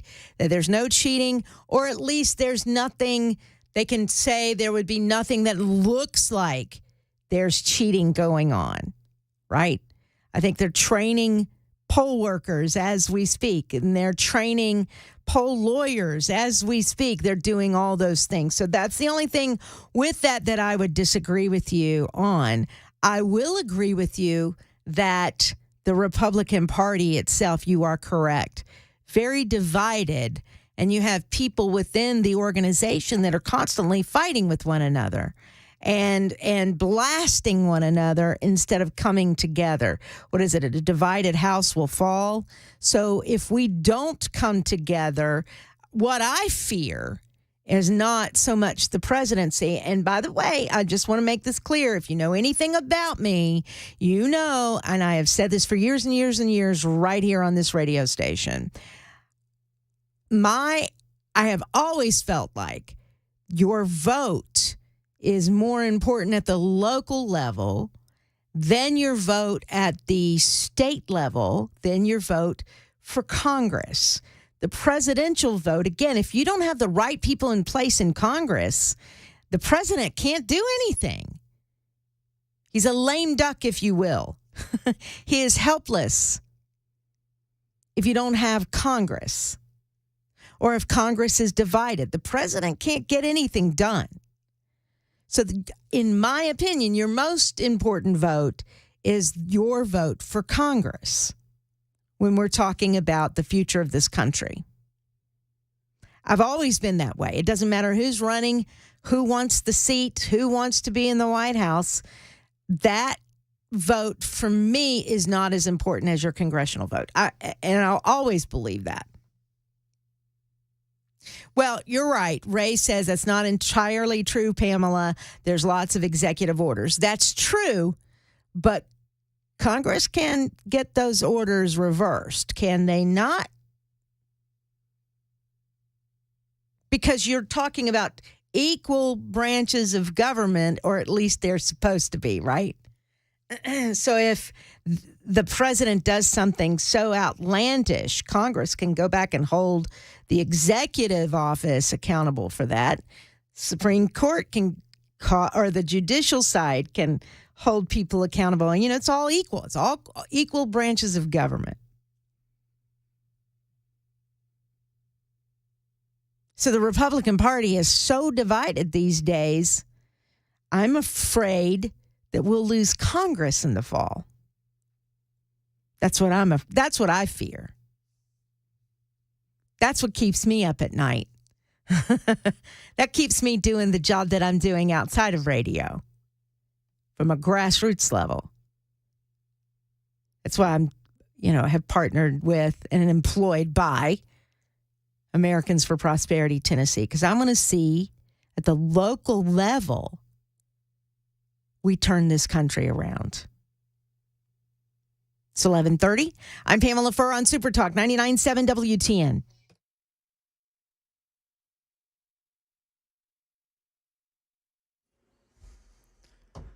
Tracking the next best chance for rain during the full forecast. We'll tell you about it in 2 minutes. And right now in Middle Tennessee, we've got new developments in the 2 missing persons cases. News 2 says the stepfather of Sebastian Rogers, the 15-year-old autistic boy not seen since February 6th, is searching a park in West Tennessee. And officials searching for Missouri college student Riley Strain have boats in the water today in Ashland City. Tennessee's part of that new antitrust lawsuit from the Department of Justice against tech megagiant Apple. Apple creates barriers that make it extremely difficult and expensive for both users and developers to venture outside the Apple ecosystem. That's U.S. Attorney General Merrick Garland, who says monopolies like Apple's hurt producers and workers, and they increase costs for consumers. And a medical breakthrough, surgeons transplanting the first genetically edited pig kidney into a living human being, happened last Saturday at Mass General in Boston. The hospital says the 62-year-old patient who had end-stage kidney disease is expected to be discharged soon. That's the latest news. Weather is next. I'm Ken Weaver, WTN News. What keeps you up at night? Guaranteed offer is the easiest way to sell your home. It's really simple. We bring you an all-cash offer. You close in as little as 21 days. No home inspections, no lock boxes, no open houses. Go to markspain.com to get a guaranteed offer and start packing.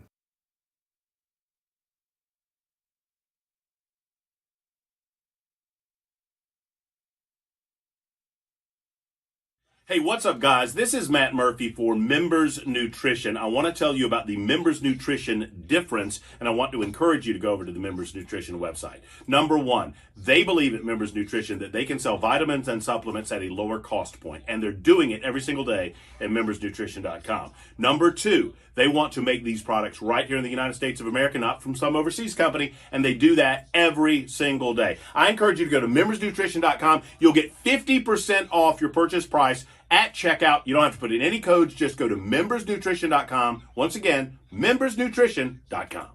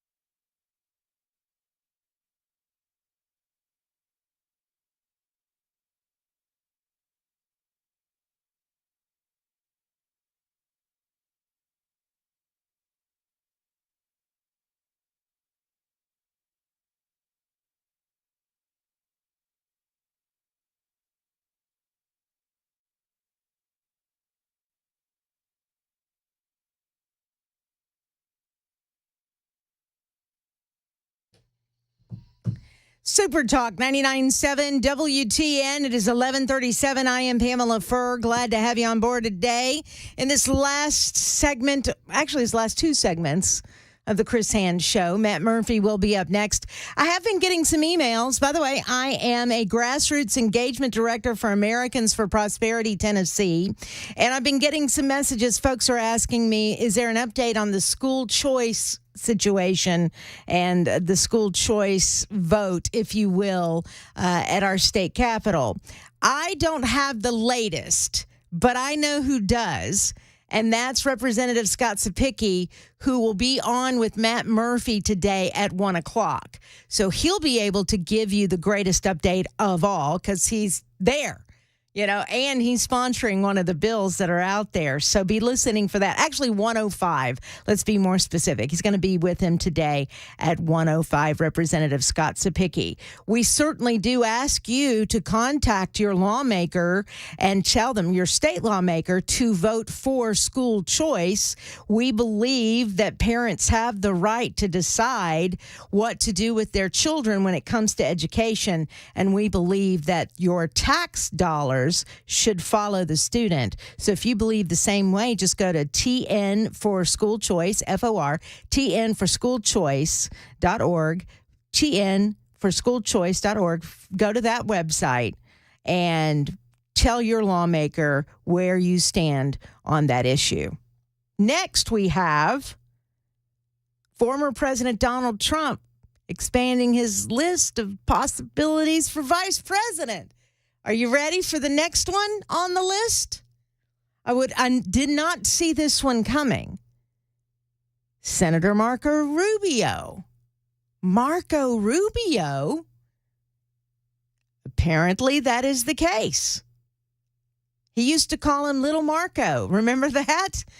Memorable digs on the campaign trail during the 2016 election. Remember, Marco Rubio was running for president of the United States. In fact, here's something that, Tennesseans may have forgotten.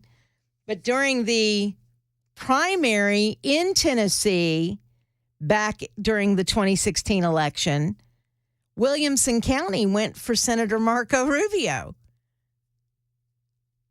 Anyway, Rubio has emerged as a potential Trump running mate, or at least a person being floated on the expanding list. It comes after a New York Times Siena College poll that had Trump leading President Joe Biden among Hispanic voters, 46-40. Rubio, whose parents were born in Cuba, serves on the Senate Foreign Relations Committee and occupies a spot in the Republican Party's establishment wing, popping up on network Sunday shows and traveling to trouble spots. Trump sources says the former president has indicated great interest in a potential Hispanic running mate. It's pretty clear from Trump's orbit that Rubio is in play and moving up the list. Rubio is generally part of his party's internationalist wing and has supported U.S. aid to Ukraine, but he has also called for tying it to strengthening border protections and spoke this month about prospects for a negotiated settlement with Russia. So the question then becomes, in fact, if there's going to be a negotiated settlement, this is Rubio, what he has said. Who's going to have the leverage here? Is it going to be Putin or is it going to be Ukraine? And I want Ukraine to have the most amount of leverage possible when the time comes for those conversations to happen. All right. So Rubio has also been floated in recent accounts of people who might fill key roles in a potential second term in the case of Rubio national security posts.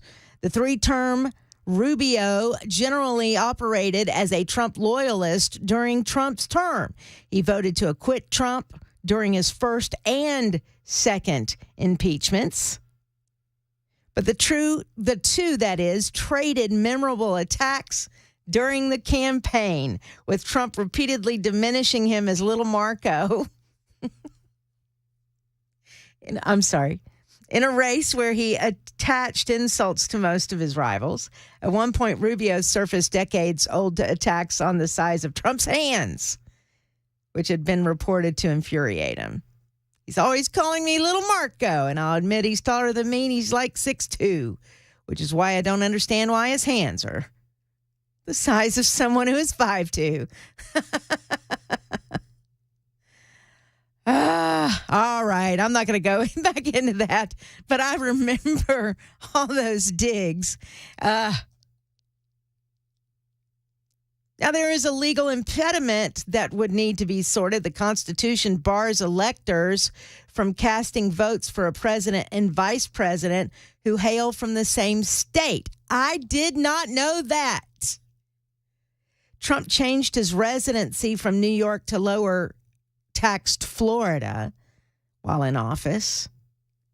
I didn't know that you couldn't cast your votes for people in the same state. Didn't know that.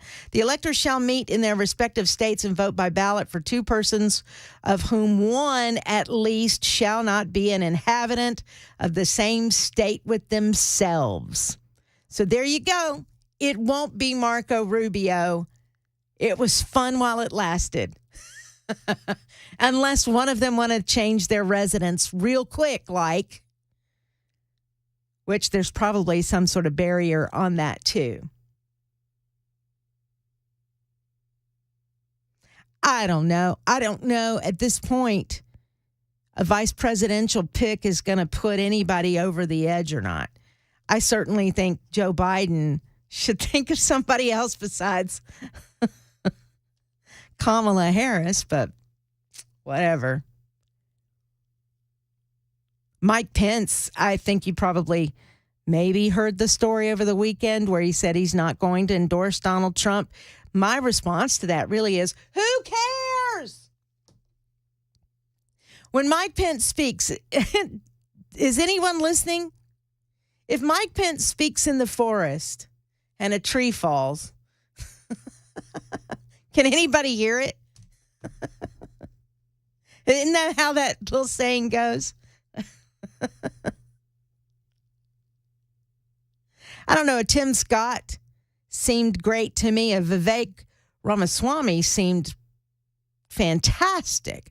I just don't know that you could deal with two of those egos in the same room together. You got to admit, Vivek has a pretty big ego. You have to have a big one to do what you do and make as much money as he's made, I suppose. I like a Tim Scott. I'd like for it to be a female. That'd be fantastic. If the female is qualified, I just want to put that out there. I don't want to just vote for a female just because she's female. That's an added bonus, but I would love to see that. Who knows how this will play out? But we can toss around Marco Rubio all day long. That's just legally, it looks like that cannot happen. 615-737-9986 is the telephone number. There's always Ted Cruz. This is from 2333 on the Members Nutrition Super Text line. Ray says, hey, Condoleezza Rice would be good, but I don't think she would do it. We've been saying that for the last 20 years. I think Condoleezza Rice is off the table, Ray. Just, FYI, I think, why a female? Why not just the most qualified? Isn't that what I just said? Mac, were you listening? Isn't that what I said? I said I wouldn't vote for her just because she's female. She would need to be qualified, but it sure would be nice to have a female. Did I not just say that? Yeah. 6728. Can I interest you? Yeah. Can I interest you in some Q-tips? Sarah Huckabee Sanders would be good. I think Sarah Huckabee Sanders that's a big one. Would be fantastic. 100%. Yeah. Now, here we go. Oh, somebody said Condoleezza Rice is also 70 years old. Carol Swain. There you go. I mean, why not? She would be qualified. I don't know that she's on the national stage. I don't know that she's on that kind of radar. And I don't know that she would do it. Candace Brown. At least Steph. Now I'm getting all of these. If a tree falls on Mike Pence, would anybody hear it? I don't know. All right, these are Sarah would definitely be qualified. Yeah, I think so too. It seems like so that Katie Britt, she's done, right? After that RNC, after the State of the Union. Because people were talking about her possibly being a candidate. Oh my God! Yeah, that did not Don't go get well. Me yeah, started right. I know on that. That was rough. Seems like that probably tanked her chances. Did you see the Saturday Night Live? Yes. Scarlett Johansson. It was actually pretty funny. It was fantastic. Oh my goodness. Yeah, that was bad. No, I would not be amazing as a vice presidential candidate. No. Oh, stop. I could not even remotely qualified. But thank you, 1774, for that. Candace Owens. I think 4795 says, I think Mike Pence is the most hated man in America. I don't know that he's the most hated. I would say disregarded. How's that? Irrelevant. Irrelevant. That's the word I'm looking for. Yes, irrelevant. Yeah, the most hated. I don't know. Come on, man. He's up there. Yeah. Oh, you mean, Don't. Yeah, this guy. Biden. That guy. I would say, yeah, or Kamala. I mean, she's pretty. Oof. Yeah, that's actually hated. true. Mm-hmm. That's she crazy. might be more hated than that's Biden hard to do. himself. That's crazy. Well, I mean, as I hearken back to the 2016 race when she was, the 2020 race when she was running for president, she was always in the top 1%. Always in the top 1. Always. Yeah. She never got above that. And it ran out of money. So why on earth he picked her is just beyond me. He picked her because of her race, and he picked her because she was a female for no other reason. She was not qualified.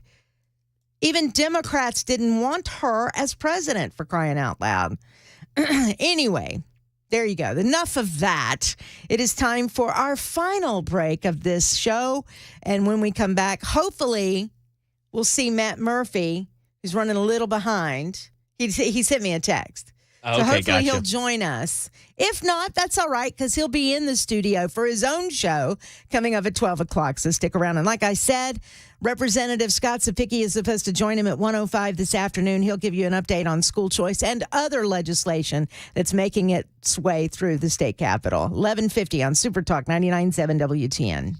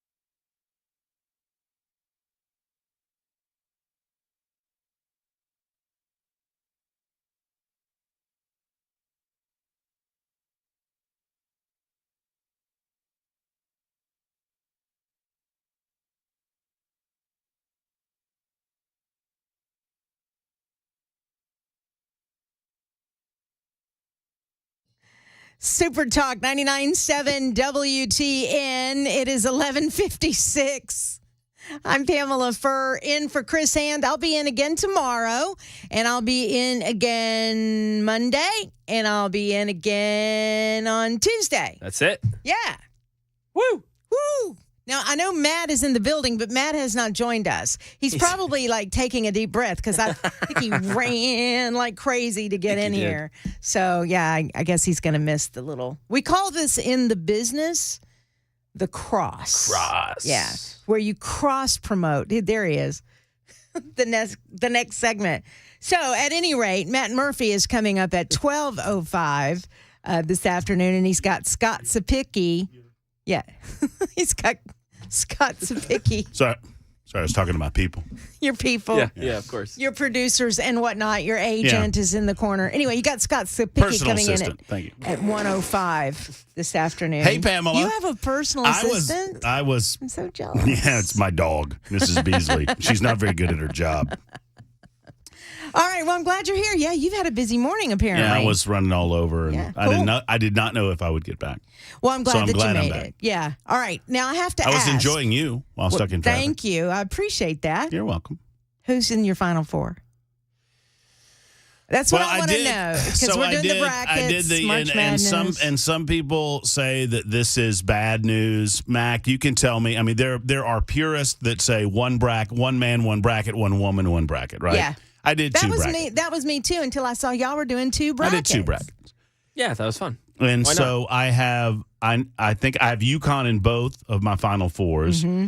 I have Tennessee in both Final Fours, and I have Tennessee winning it in one of my brackets. I have Auburn in one of the Final Fours, and I have Auburn winning it in one of the brackets. And here's why. Because when I was in Tunica the last time, Erica wanted something nice. Mm-hmm. And if you've ever been to Tunica, I mean, there's the gift shop, and that's about it. So there's not nothing nice. Right. So I got her like a draw on the NCAA tournament. Like, this is like 2 months ago for Auburn. So that would win us a lot of money. So Gotcha. whatever. All right. So I don't know. That'd be sick. I got Carolina winning both of mine. Well, imagine that. Does anybody have upsets today? I don't know. Here's my upset special. Y'all ready? Yeah. Samford will upset Kansas. Wow. Kansas coming in. That's the big upset special. Yeah, Kansas coming in injured to this tournament. None of mine are upsets today. I think I just went with the Kinda basics. chalk, Yeah, I really did. Boy, I was telling Mac Morey, I'm so glad he put together this thing, because I have learned over the years I'm not really that much of a basketball fan. But I'm competitive. Yeah. I'm like ridiculously so competitive. now, by God, you want to win. And so I spent a total of 2 minutes filling out this bracket, and now I'm all in on these teams that I have no idea if they're good or not. Go That's Creighton! hilarious. Am I saying that? Creighton! Yay! Gonzaga. Creighton. I don't know. What about Gonzaga? The Zags. Zags, yeah. Love it. Anyway, all right. Well, Go Grand Canyon. it all starts. Wait, it actually has started, hasn't it? It started. Oh, my goodness. All right, news is next, and then the Matt Murphy Show on Super Talk 99.7 WTN.